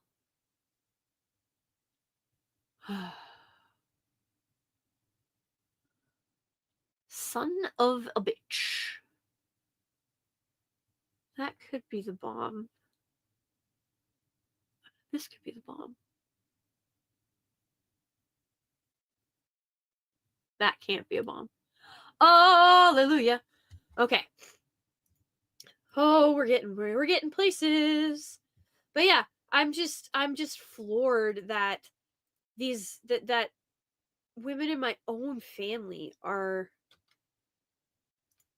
all aboard the genocidal train if it means that you get to have a badass female moment. It just, it's like what modern storytelling has done to the human spirit and mind is evil as hell. Like, it is demonic. For it's like, I can't think of a better word to describe it. There we go. 1, 2, 3, 4. So none of those. Okay, we're getting places. That is touching 3 and that is touching 2, so it's neither of those. There we go. We're making waves. Okay, so 2, 2. That's not 1. Woo! There we go. There we go. That can't be 1. That has to be 1. Those have to be, yep, 1, 2, 3. So it's none of those. It's not that. That one's a bomb. Which means one of those 3 is a bomb. We're gonna do it this way. Yeah, yeah, yeah. But yeah, I just, and the fact that, like, after we had that conversation, I told them that they were like spouting Marxism and that they were rage. Like, I was like, you do realize that that makes you a modern day, like, you are a feminist. No, we're not. And I'm just a first wave feminist. Like, we won. We just wanted the right to vote. I was like, the mental gymnastics that was at work. I kudos, props. It was impressive. It was super impressive. Your level of denial. Like, holy crap. Miss Martin Muses. Hello, beautiful. Can you explain your strategy for this game? I never knew how to play it. Oh, yeah. So for this game, the numbers tell you how many mines are by it. So do you see how these number ones are only touching one mine? These number twos are touching two mines. Number 3 is surrounded by 3 mines. You come over here to number 5, you have 1, 2, 3, 4, 5 mines. 4, 1, 2, 3, 4 mines. So it tells you how many mines are around that number. And then, so once you determine what a mine is, if it's only a number 1, you can click everywhere else except that mine. And you'll clear the area. So the whole idea is to sweep the board, right? And that's once you've cleared everything, you win the game. But you got to find, so there's on this level you have, so this is expert, so you get more and more, like once I finish this level I can show you what the beginner and the intermediate look like. But this is the larger board that you're playing on. So yeah. Okay, one of these, okay, so it has to be that one. That is one. So one of those is a bomb. 1, 2, 3. So one of these is a bomb, which means that has to be a bomb. Oh, this area is gonna screw me. Okay. Let's see. What do I got? What do I got? What do I got? What do I got? Okay.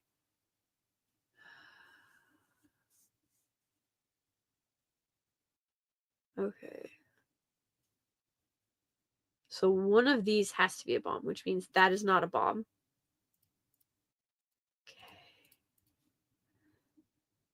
Okay. And that means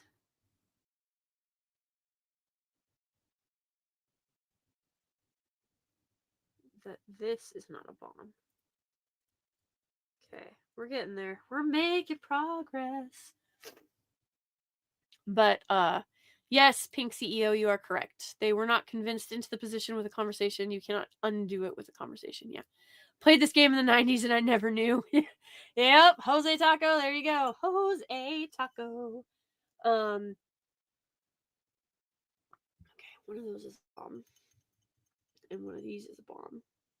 Okay, so this is touching 3. This is touching, oh god. Difficulty. Okay, one of these two has to be a bomb.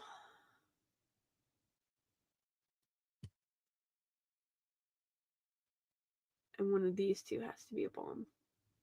Which means this can't be a bomb. That's not a bomb. That is a bomb.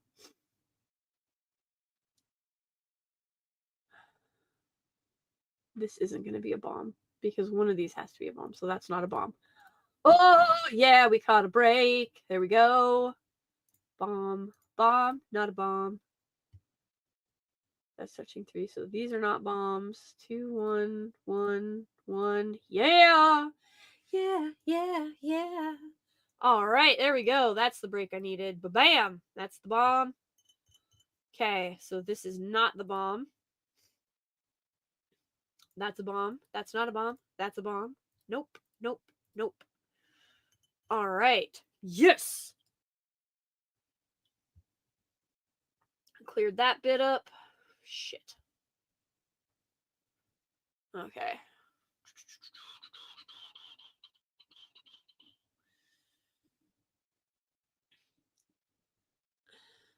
This has to be a bomb, which means that's not a bomb. That's not a bomb. That's not a bomb. That is a bomb. So these are not bombs. That's not a bomb. Yeah, there we go. 1, 2, 3, 4. So that's not a bomb. That is a bomb. That's already touching one. Oh, there we go. Split like the Red Sea. All right. We're winning, Dad. Yeah. Okay, so that's a bomb. That's a bomb. Not a bomb. Bomb. No bomb. 1, 2. There we go. We're making waves. Yes! Nailed it!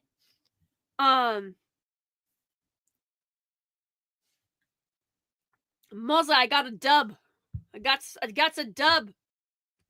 Look at that, look at that, look at that. I got me a dub. Another one. Jose Taco. So, beginner. Okay, you get 10 bombs, and it's a smaller board, so it's a little bit easier. Intermediate, you get a little bit bigger board, and you have 40 bombs, and then expert, you get 99 bombs. And it's the biggest board. I've never done a custom board, but you can make this thing huge. I would have to zoom out. Hold on. Da-da-da-da-da-da. Whoa, whoops. Clicking things I didn't mean to click. All right. I don't know if you guys can you guys see that still? Is that A-okay? Yeah, Pink CEO. We dubbing over here. We dubs. All them dubs. 150 bombs. Oh lord, 30 by 30 with 150 mines. Well, nobody lives forever. Let's do this. Oh, holy crap, that was a good click. But yes, so it isn't just like that is the other thing as well when it comes to books, it doesn't matter the genre it seems like anymore.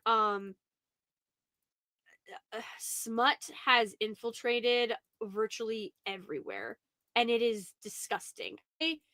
I I just want high fantasy adventure stories with, you know, morality and justice and maybe an intriguing magic system that, but you know, like I'm down for corruption and plots and revenge and trying to attempting to uncover like assassination plots or trying to discover what could, okay, so this has to be it, so that's not one of those is, so none of those are, yes.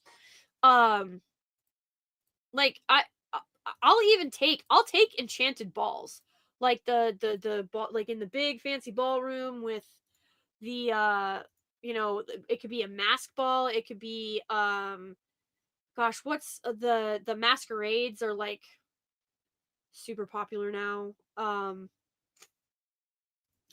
fine with that if it's actually a plot device and it helps drive the story or gain some type of information for the protagonists or the team or whatever the case may be. Like, I'm all for it. The problem is that it almost always devolves into a very weird fetish. Like, I don't know what else to say. And it has infiltrated so much of fantasy, like so much of fantasy, that it's actually crap. Well, I should have clicked that one. Oh well. Um it is harder to actually find fantasy books now that are well written, like modern day ones, obviously. I mean, like if you guys have never read like the King Killer Chronicles or Stormlight Archives, the Dragons of Pern, strongly recommend those. Anything by Sarah Douglas, she's an incredible author. There's so much, anything by Raymond D. Feist, Terry Brooks, the Wheel of Time series is exceptional. That's not Terry Brooks. That's Jordan. But like the you know, to a degree, it's almost, oh, I'm reading, I got it at Christmas. It's a Dragonlance series. It's from the Dragon Souls collection, but it's called Dragons of the Fallen Sun. And it's so good. The War of Souls is the series, I think. Yeah, the War of Souls. It's a Dragonlance series. It's and it's so good. Like, it's so good. And I'm just sitting there and I was like, what? Like, why can't we still get things like this? Like, why are we not writing like this anymore? Because these stories are not the same. Like, the thing, if you guys, you may remember, the entire thing was like, oh well, the tropes were getting repetitive and um the gosh, it was like it was all the same story. It was boring. It was old fashioned. It was this. It was that. Well, okay, but those were exceptional. Like, these are exceptional stories. Like, they're exceptionally well written. They're exceptionally well done.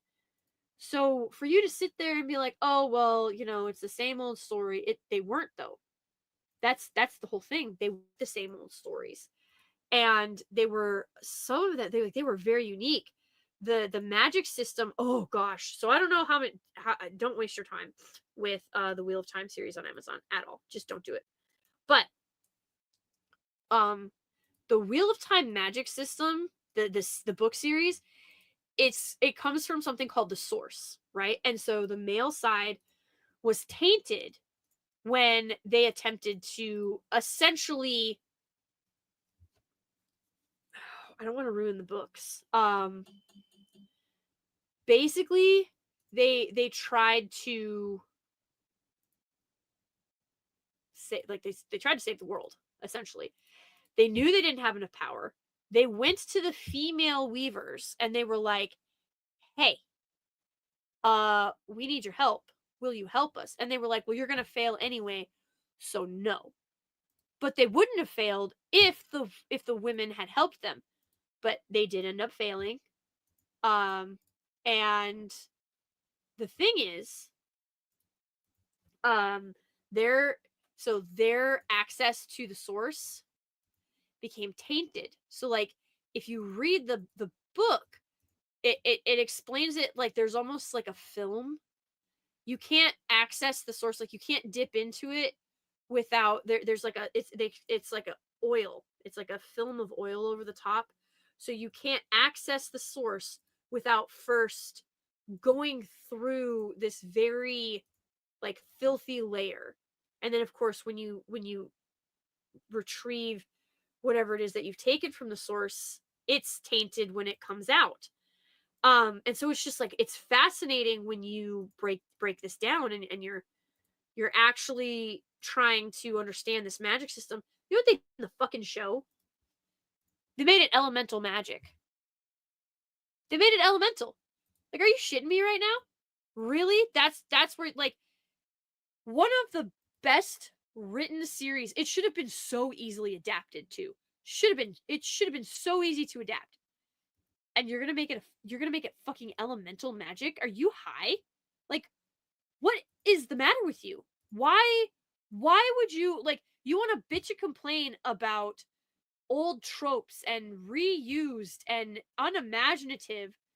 Last I checked, elemental magic is like the most fucking basic of all uh magic systems that you could possibly fucking use.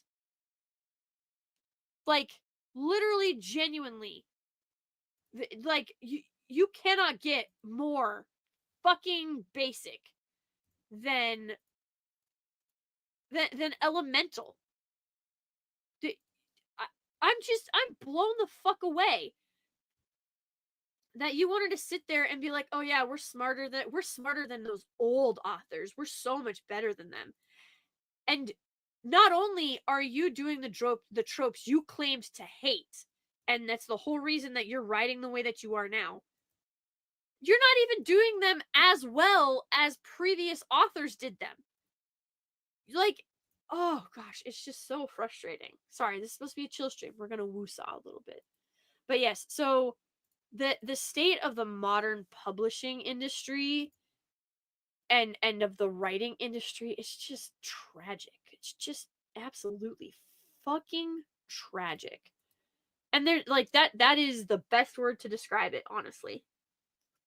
Honestly, really, truly, best way to describe it is freaking tragic. Um and it's not gonna self-correct. Like, not with the way things are right now. Too many people are too fat and happy. They are too comfortable. It's going to take a massive it's going to take a massive disruptor, like dinosaur extinction level event disruptor to break the modern publishing industry out of the stupor that it is in. They are way too comfortable. They are too fat and too happy. Nice. On Facebook somewhere I have a 30-page story. Its magic comes from a god who divided his soul to make the world. That is actually really cool. Sounds a bit like a magic energy in the Dragonborn series. But yeah, so yeah, in the Wheel of Time, that's pretty sure it's the Wheel of Time series. Like the Dragon Reborn is one of the books. I'm not sure if that's what you're talking about, Pink CEO. I'm trying to the Dragonborn series. Dragonborn. I feel like I know that one. But anyway, yeah, so when they access the source, like they have to access the source. But when they do, the male side is tainted. That's why they go insane. So when the males access the magic, they legitimately lose their minds because they cannot handle the corruption of the source. They cannot handle it. So that yep that yeah. So the males can't handle the corruption of the source. So the red Aja, they hunt down and 1, 2, 3. Oh, look at that. They hunt down and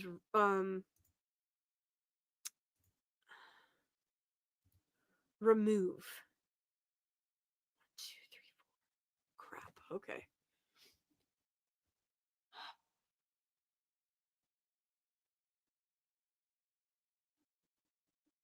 Oh, please don't be a bomb.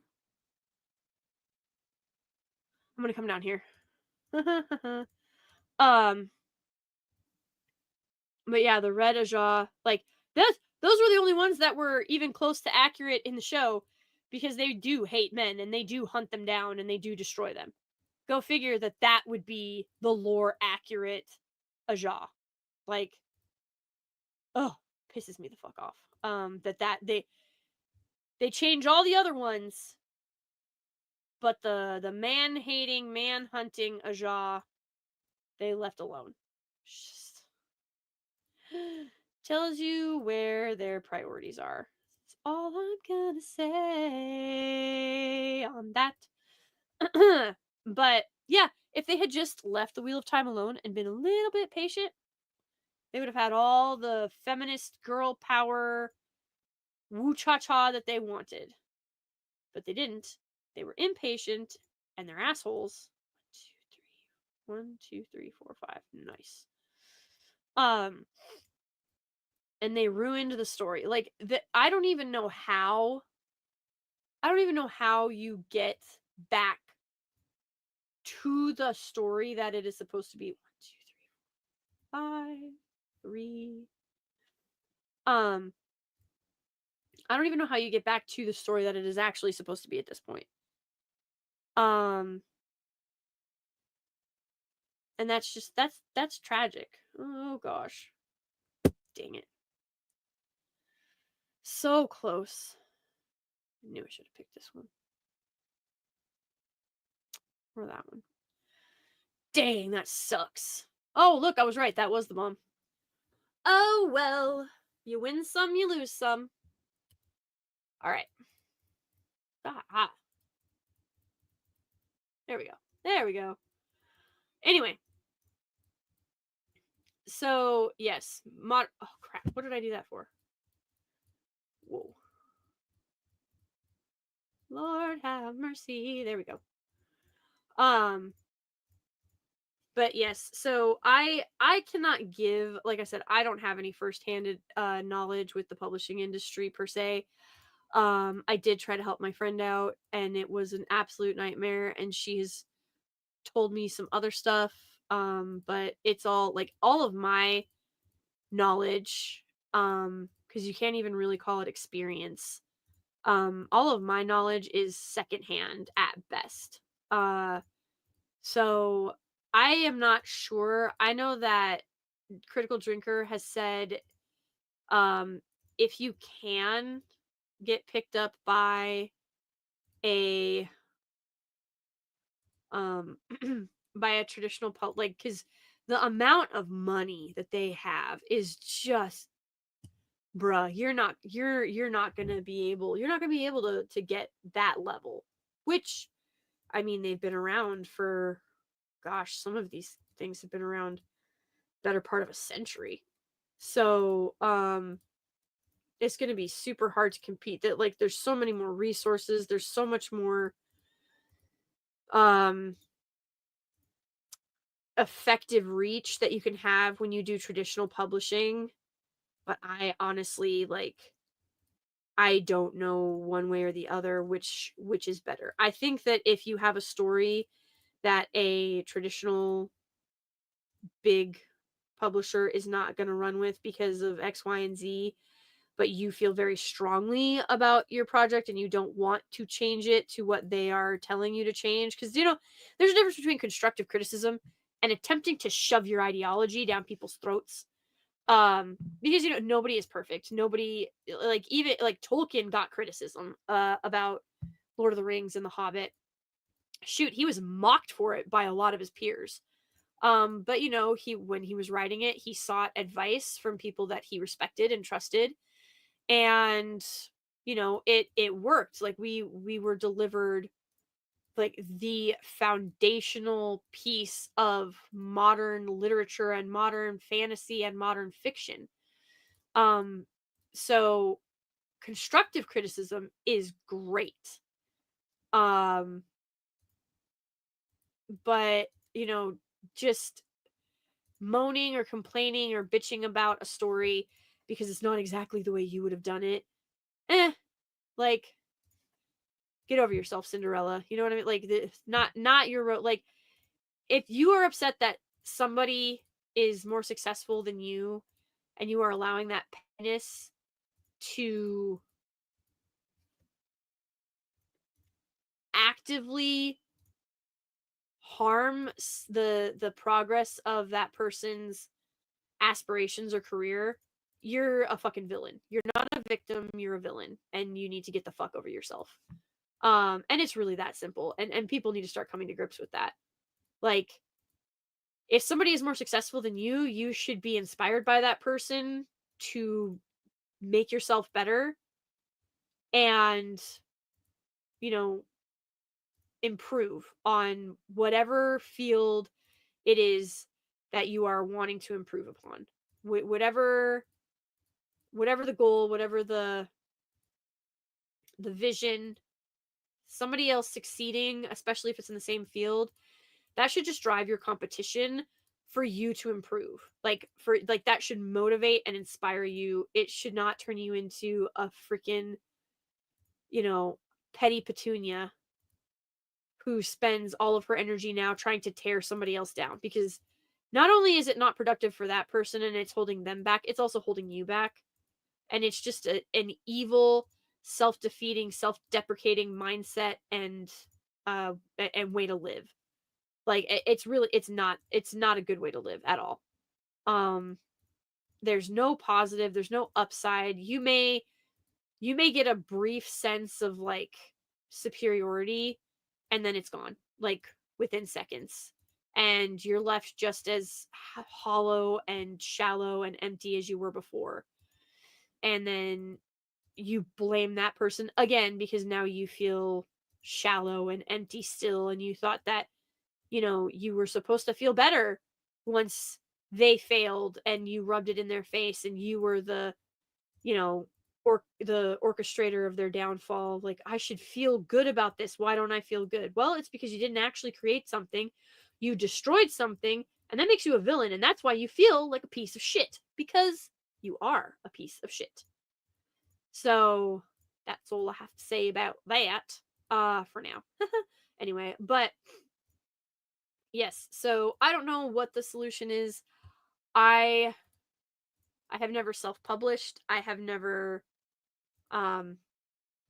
I've never published like outside of like papers for college and stuff, which by the way, oh my god, you want to talk about a scam. Do you know that if you use school resources, so I wish I was kidding about this. Always, always, always, always, always read the fine print. So if you create something on school on school property, on school grounds, with school resources, or like during school time, right? They can claim ownership of that shit. Like they can claim some type of like compensation or some type, like they can claim rights to it. Because well, you used our resources. So it's technically ours because you would not have been able to produce this work without us. It's somehow, I don't know how professors can publish books and get around it, but they somehow manage to. I don't know if there's like a deal cut with the schools or what have you, but yeah, I be very careful if you are ever working at like any kind of educational institution. Make sure that you are punched out off the clock, not using a school computer, a school laptop, school Wi-Fi, school hardwired internet, like Ethernet cables. Like, don't use any of their shit because if you become mildly successful, colleges are very good at universities and colleges are very good. Oh gosh, I slipped on that one. Thank you, Jesus. Um, anyway, they're very good at sniffing out money. They are very, very good at sniffing out money. So don't ever, ever, ever do anything outside of work on the boss's dime. There was even like company wise, there was a guy, he developed it was a type of um oh gosh, airframe rivet gun deal. And he did it while he was at work because it was going to improve like him doing this improved his just like overall performance. Like it was beneficial to his coworkers and himself. And like they were like, "Oh man, you should get a patent. You should get a patent. You should do this." And the guy was like, "Nah, it's all good. Like we'll just keep using it. It'll be fine." Well, he eventually goes to get the patent or whatever, and the company was like, "Hey, we own it. It's ours because you made it with scrap pieces that we were going to throw out, but hey, they were our scrap pieces. So you made it from our materials on our dime on our property. So that intellectual property belongs to us." Like greed is a hell of a motivator. Um, it like colleges, business, they can smell money better than sharks can smell blood in the water. It is freaking insane what they do, what they are capable of. And they will always get you on that fine print. So always make sure you read the fine print. Never, ever, ever use resources or time from the company to create or do anything because they will take it from you and you will be left holding the bag. It's a fucking crime, in my humble opinion, but my opinion doesn't mean shit. The court that it has been thus decided that it is perfectly legal to do that because they signed a contract. That's the other thing too. Like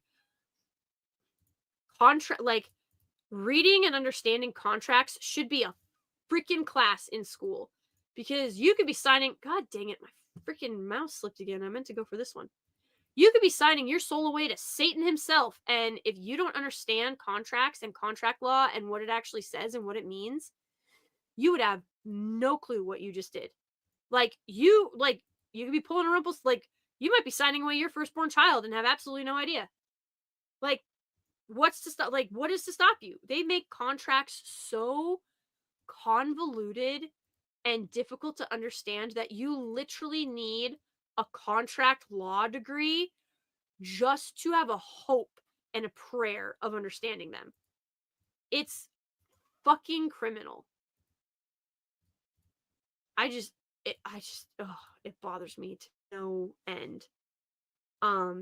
That's how they got a lot of, so like, um, a lot of farmers, they would sign leases with the government. Sorry, we're about to get into some deep ass lore here, guys.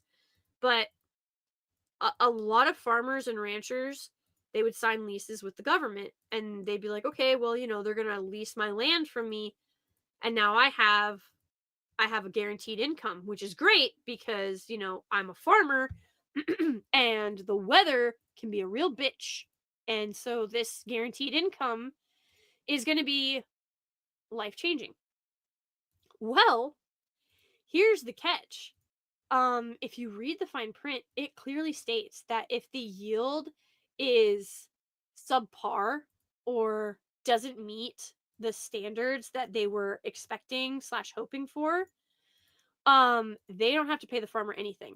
So the farmer didn't get any yield from however many acres they leased, and it's usually it's usually like a third of their farmland that they lease. And um these motherfuckers, like, they literally uh would be like they would be like, yeah, we recognize that we took up a third of your fucking farmland, but the crop isn't what we wanted, or the yield isn't what we were expecting. And it clearly states in your contract that if we have any if there's anything unsatisfactory about the yield, we don't have to pay you anything for the lease. I shit you not. That was in the contracts, but it was buried in a bunch of legalese that you would have to know to look for, and you would have to be able to uh understand. Like, you would have to be able to, like, translate it into normal human English for everybody else. So these farmers and ranchers who are just trying to make a living, trying to do right by their families, trying to also, like, they get sold the line about, help your country, help, help your country, help your nation, you're gonna feed Americans, like, crap. I'm getting distracted. Oh well. um like, this is your American duty. And then they would turn around and utterly hose them. The farmers would have to file bankruptcy. They would have to, crap, they'd have to sell the land back for dirt cheap. um so many family farms got destroyed that way. They got chased out, right? And uh the government would come in and they would buy the land for super cheap from the bank, and then they would turn it into a government farm that was run inefficient. Like, if you're wondering why the price of shit's going up, this is part of the reason. Because everything the government does is inefficient and expensive. So, less food, crap, less food, less farmland that's privately owned. Now the government owns even more than it did before. And family farms that were, 3, 4, 6 generations of history, yeah, it's ripped away from them. And they get forced, like, they get treated like criminals. They get thrown out on their ass. And it pissed me off so much. I grew up watching it happen.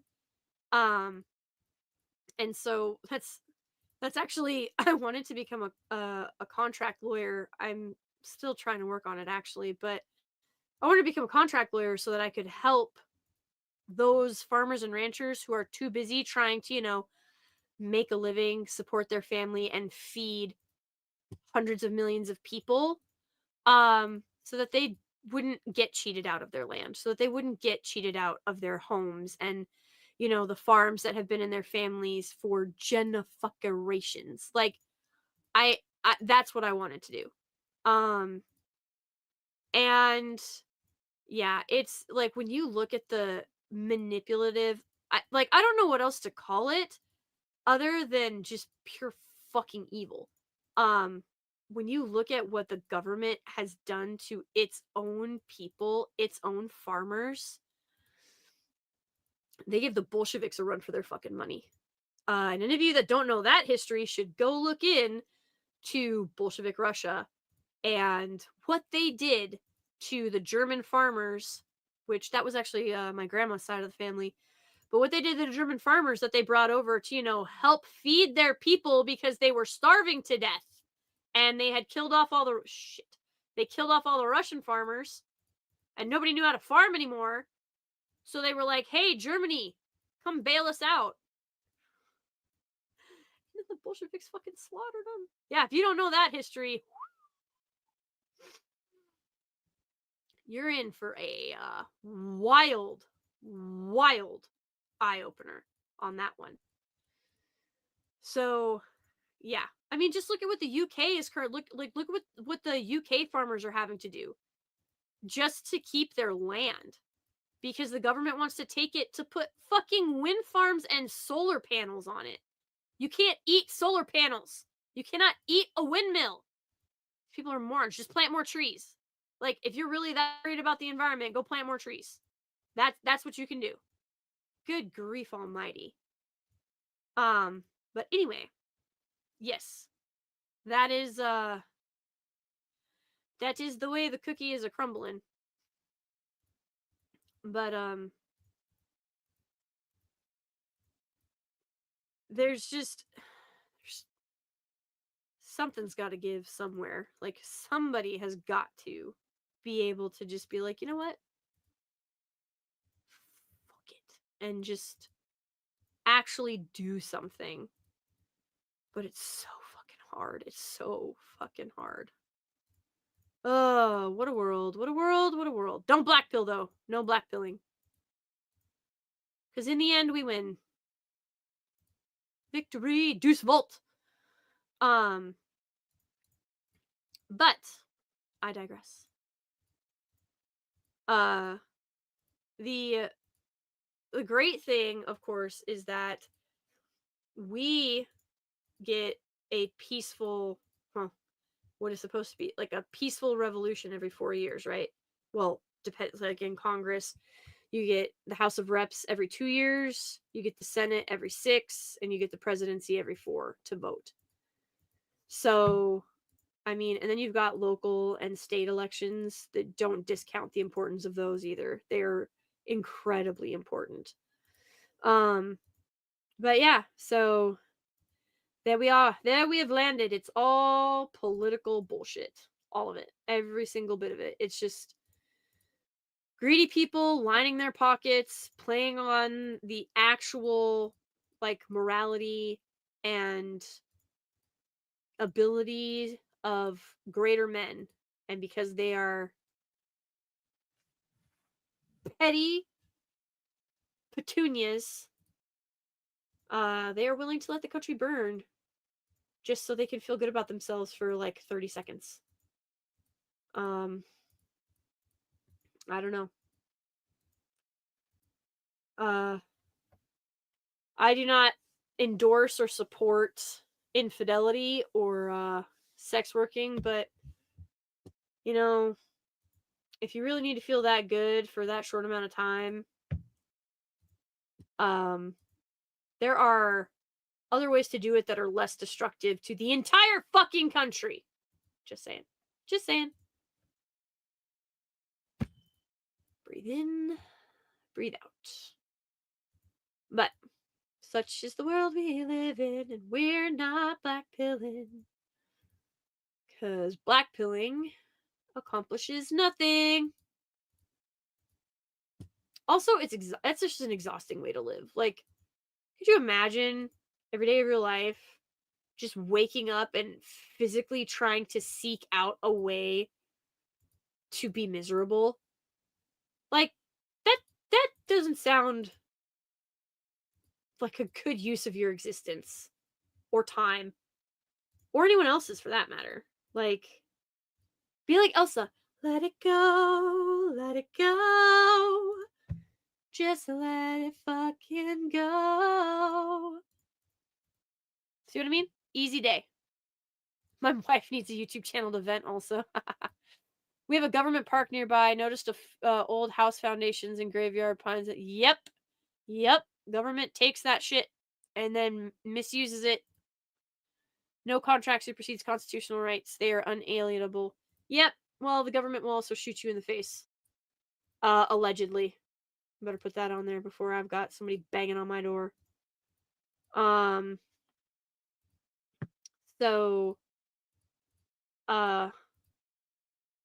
be wary. I'll quote Qui-Gon. Be wary. Trust no one. Always be mindful.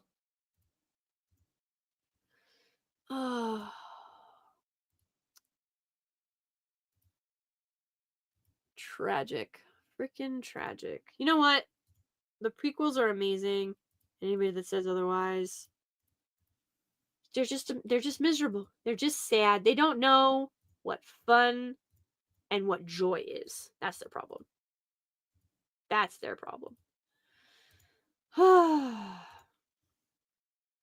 Gosh, I hope this clears up soon, or I'm not going to be able to go. I don't know how many of you are planning on going to MegaCon. Hopefully, a lot of you. It should be an exceptionally good time. I don't know if I'm going to be able to go because if I can't kick this pneumonia, I definitely will not be attending. Because I don't feel like going down to Florida and, having to go to the hospital because I can't breathe. That would not be a good time. That would not be how I would want to spend my time. So, we're going to have to see. Also, I just had to spend a shit ton of money on vehicle repairs. Yay. So, there's that. Yeah, yeah. So we're gonna have to see. But hopefully you guys can go to MegaCon and have a great time. It should be a freaking blast. But yes, there's so much out there that is not.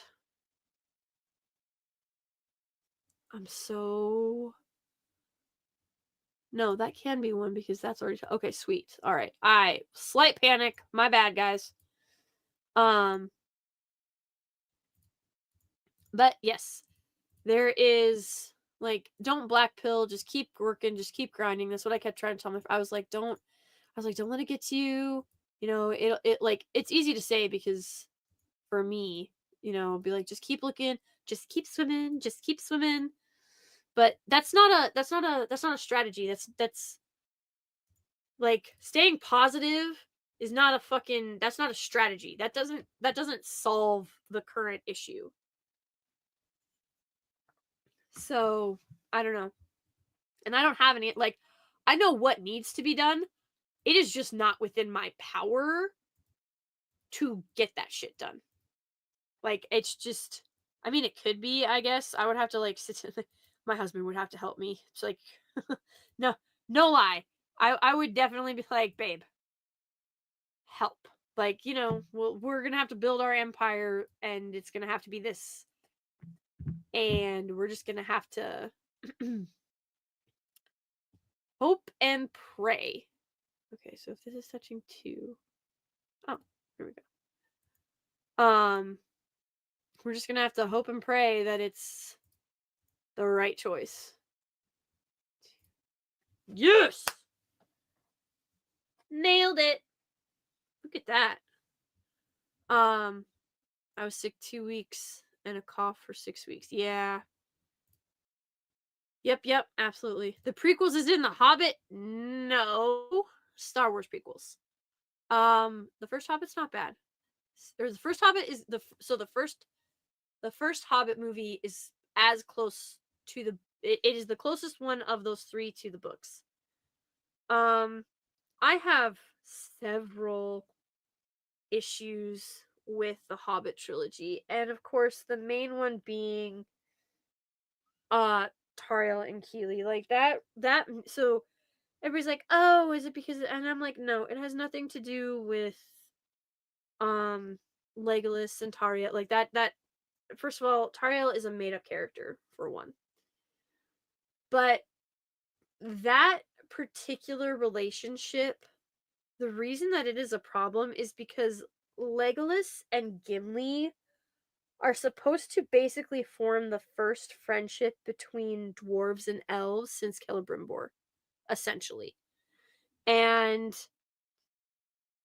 um and the reason it's such a big deal is because it was centuries of hatred, like that, like these the race of elves and the race of dwarves, centuries of hatred, and these two became like brothers. It's such a like it's something that they sort of, I don't want to say make a joke out of in the films, but that the whole, shall I describe it to you or would you like me to find you a box? And then of course Gimli is laughing, and the whole, you're gonna have to toss me, don't tell the elf, I've got my pride. um like even the tension when Gimli is first speaking about elves and dwarves and such, you can tell he's so proud to be a dwarf. But in the books, guys, it's so much more impactful. There's nuance, there's conversations you never get to see, there's subtleties in the book that didn't translate to the screen. And it is really tragic that so much of that got lost. And it breaks my heart because when you go to like, I thought having Otwin basically, like, they erased Glorfindel from the Lord of the Rings films, Peter Jackson trilogy. So to have Arwen do what Glorfindel is doing really irritated me. I was like, man, this is just, why? And like, I get it. They were trying to give you more exposure to Arwen, so you weren't just like, well, who is this chick and why is Aragorn in love with her? Even though there was plenty in the book to go off of. They could have done it 1,000 ways. They didn't have to erase Glorfindel in order to, give or um Arwen her like badass moment. Um but I would take that over Tariel because what what that relationship did was absolutely destroy the incredible just bond and fellowship, especially between Gimli and Legolas, and what they were able to overcome. Um it's actually tragic what was done with that particular couple. But no, I'm a big fan of the Star Wars prequels, the prequel trilogy. It's I've been a fan of them since they came out. I love Attack of the Clones. I am not even kidding. It's it's it's so good. And honest to God, the the marketing for the Phantom Menace um was so good. That poster with young Anakin walking and his shadow cast up on the building with Darth Vader.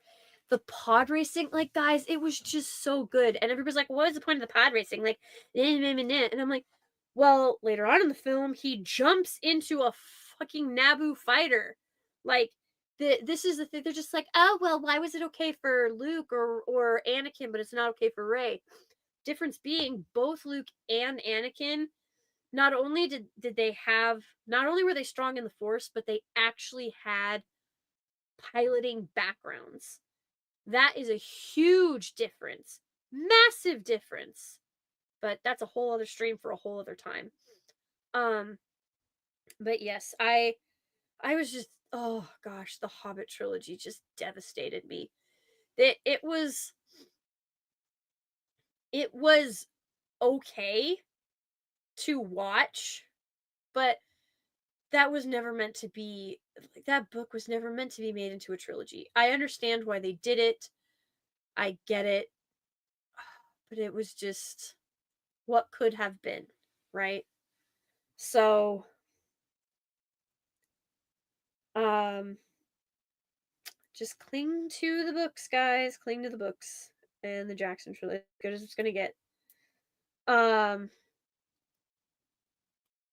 but um, yes, Charlie, The Hobbit should have been one 3 hour long film, and that's it. No, Radagast never appears in doesn't appear in person in the book. Nope, not he does not appear in The Hobbit in person. To be honest, I fell asleep at the theater for Clones. Don't know if I was tired. Yeah, it is a good movie. I'm sad you fell asleep. Um, but it's where we have arrived at, the fact that women cannot recognize that they've been brainwashed. Like, it doesn't matter that it's in a fantasy setting or that it's a book. The fact that they are okay with men sacrificing themselves for nothing later, like for a completely avoidable war. I mean, that speaks fucking volumes. Um not just about where we are as a whole as humanity, but the mentality of women overall. Like, the fact that your like your selfish wants, what you perceive to be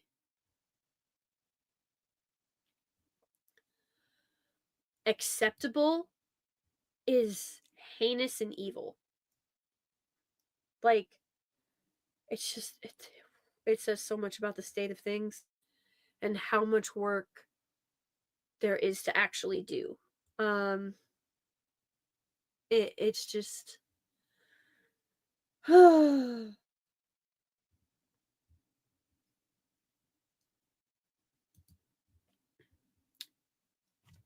just means we got to work harder. It also means it's never been easier to write a good story and have it be successful, because people are hungry for it. There's definitely a market for it. So, create, create, create, create, create. Um, don't do a don't self-insert. Um, just try and tell an interesting story. Try and tell a great story. Um,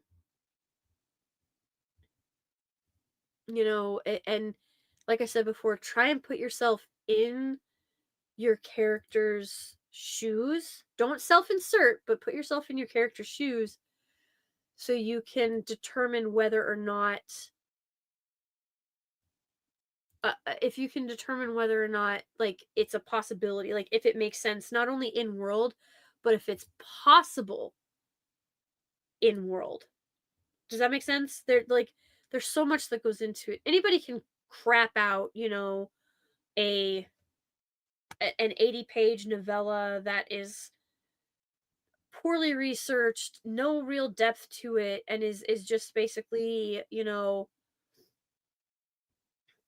hit a bunch of buzzwords and apparently um just put some smut in it, and there's a whole market of why-nots who have 6 cats and hate children. Like, I'm not talking about the women who, you know actively sought and never found, or the timing was, that's not who I'm talking about. The women who actively hate children and men, who, shout their abortions and I don't need no man, and now they're in their, late 30s, their 40s, their 50s, their 60s, and they've got 6 cats and a bunch of nieces and nephews, so they are they're touch starved, um, broken wine ants who or aunts, however you say it, wine aunts who have 8 cats, um, that they pretend are as good as having children of their own,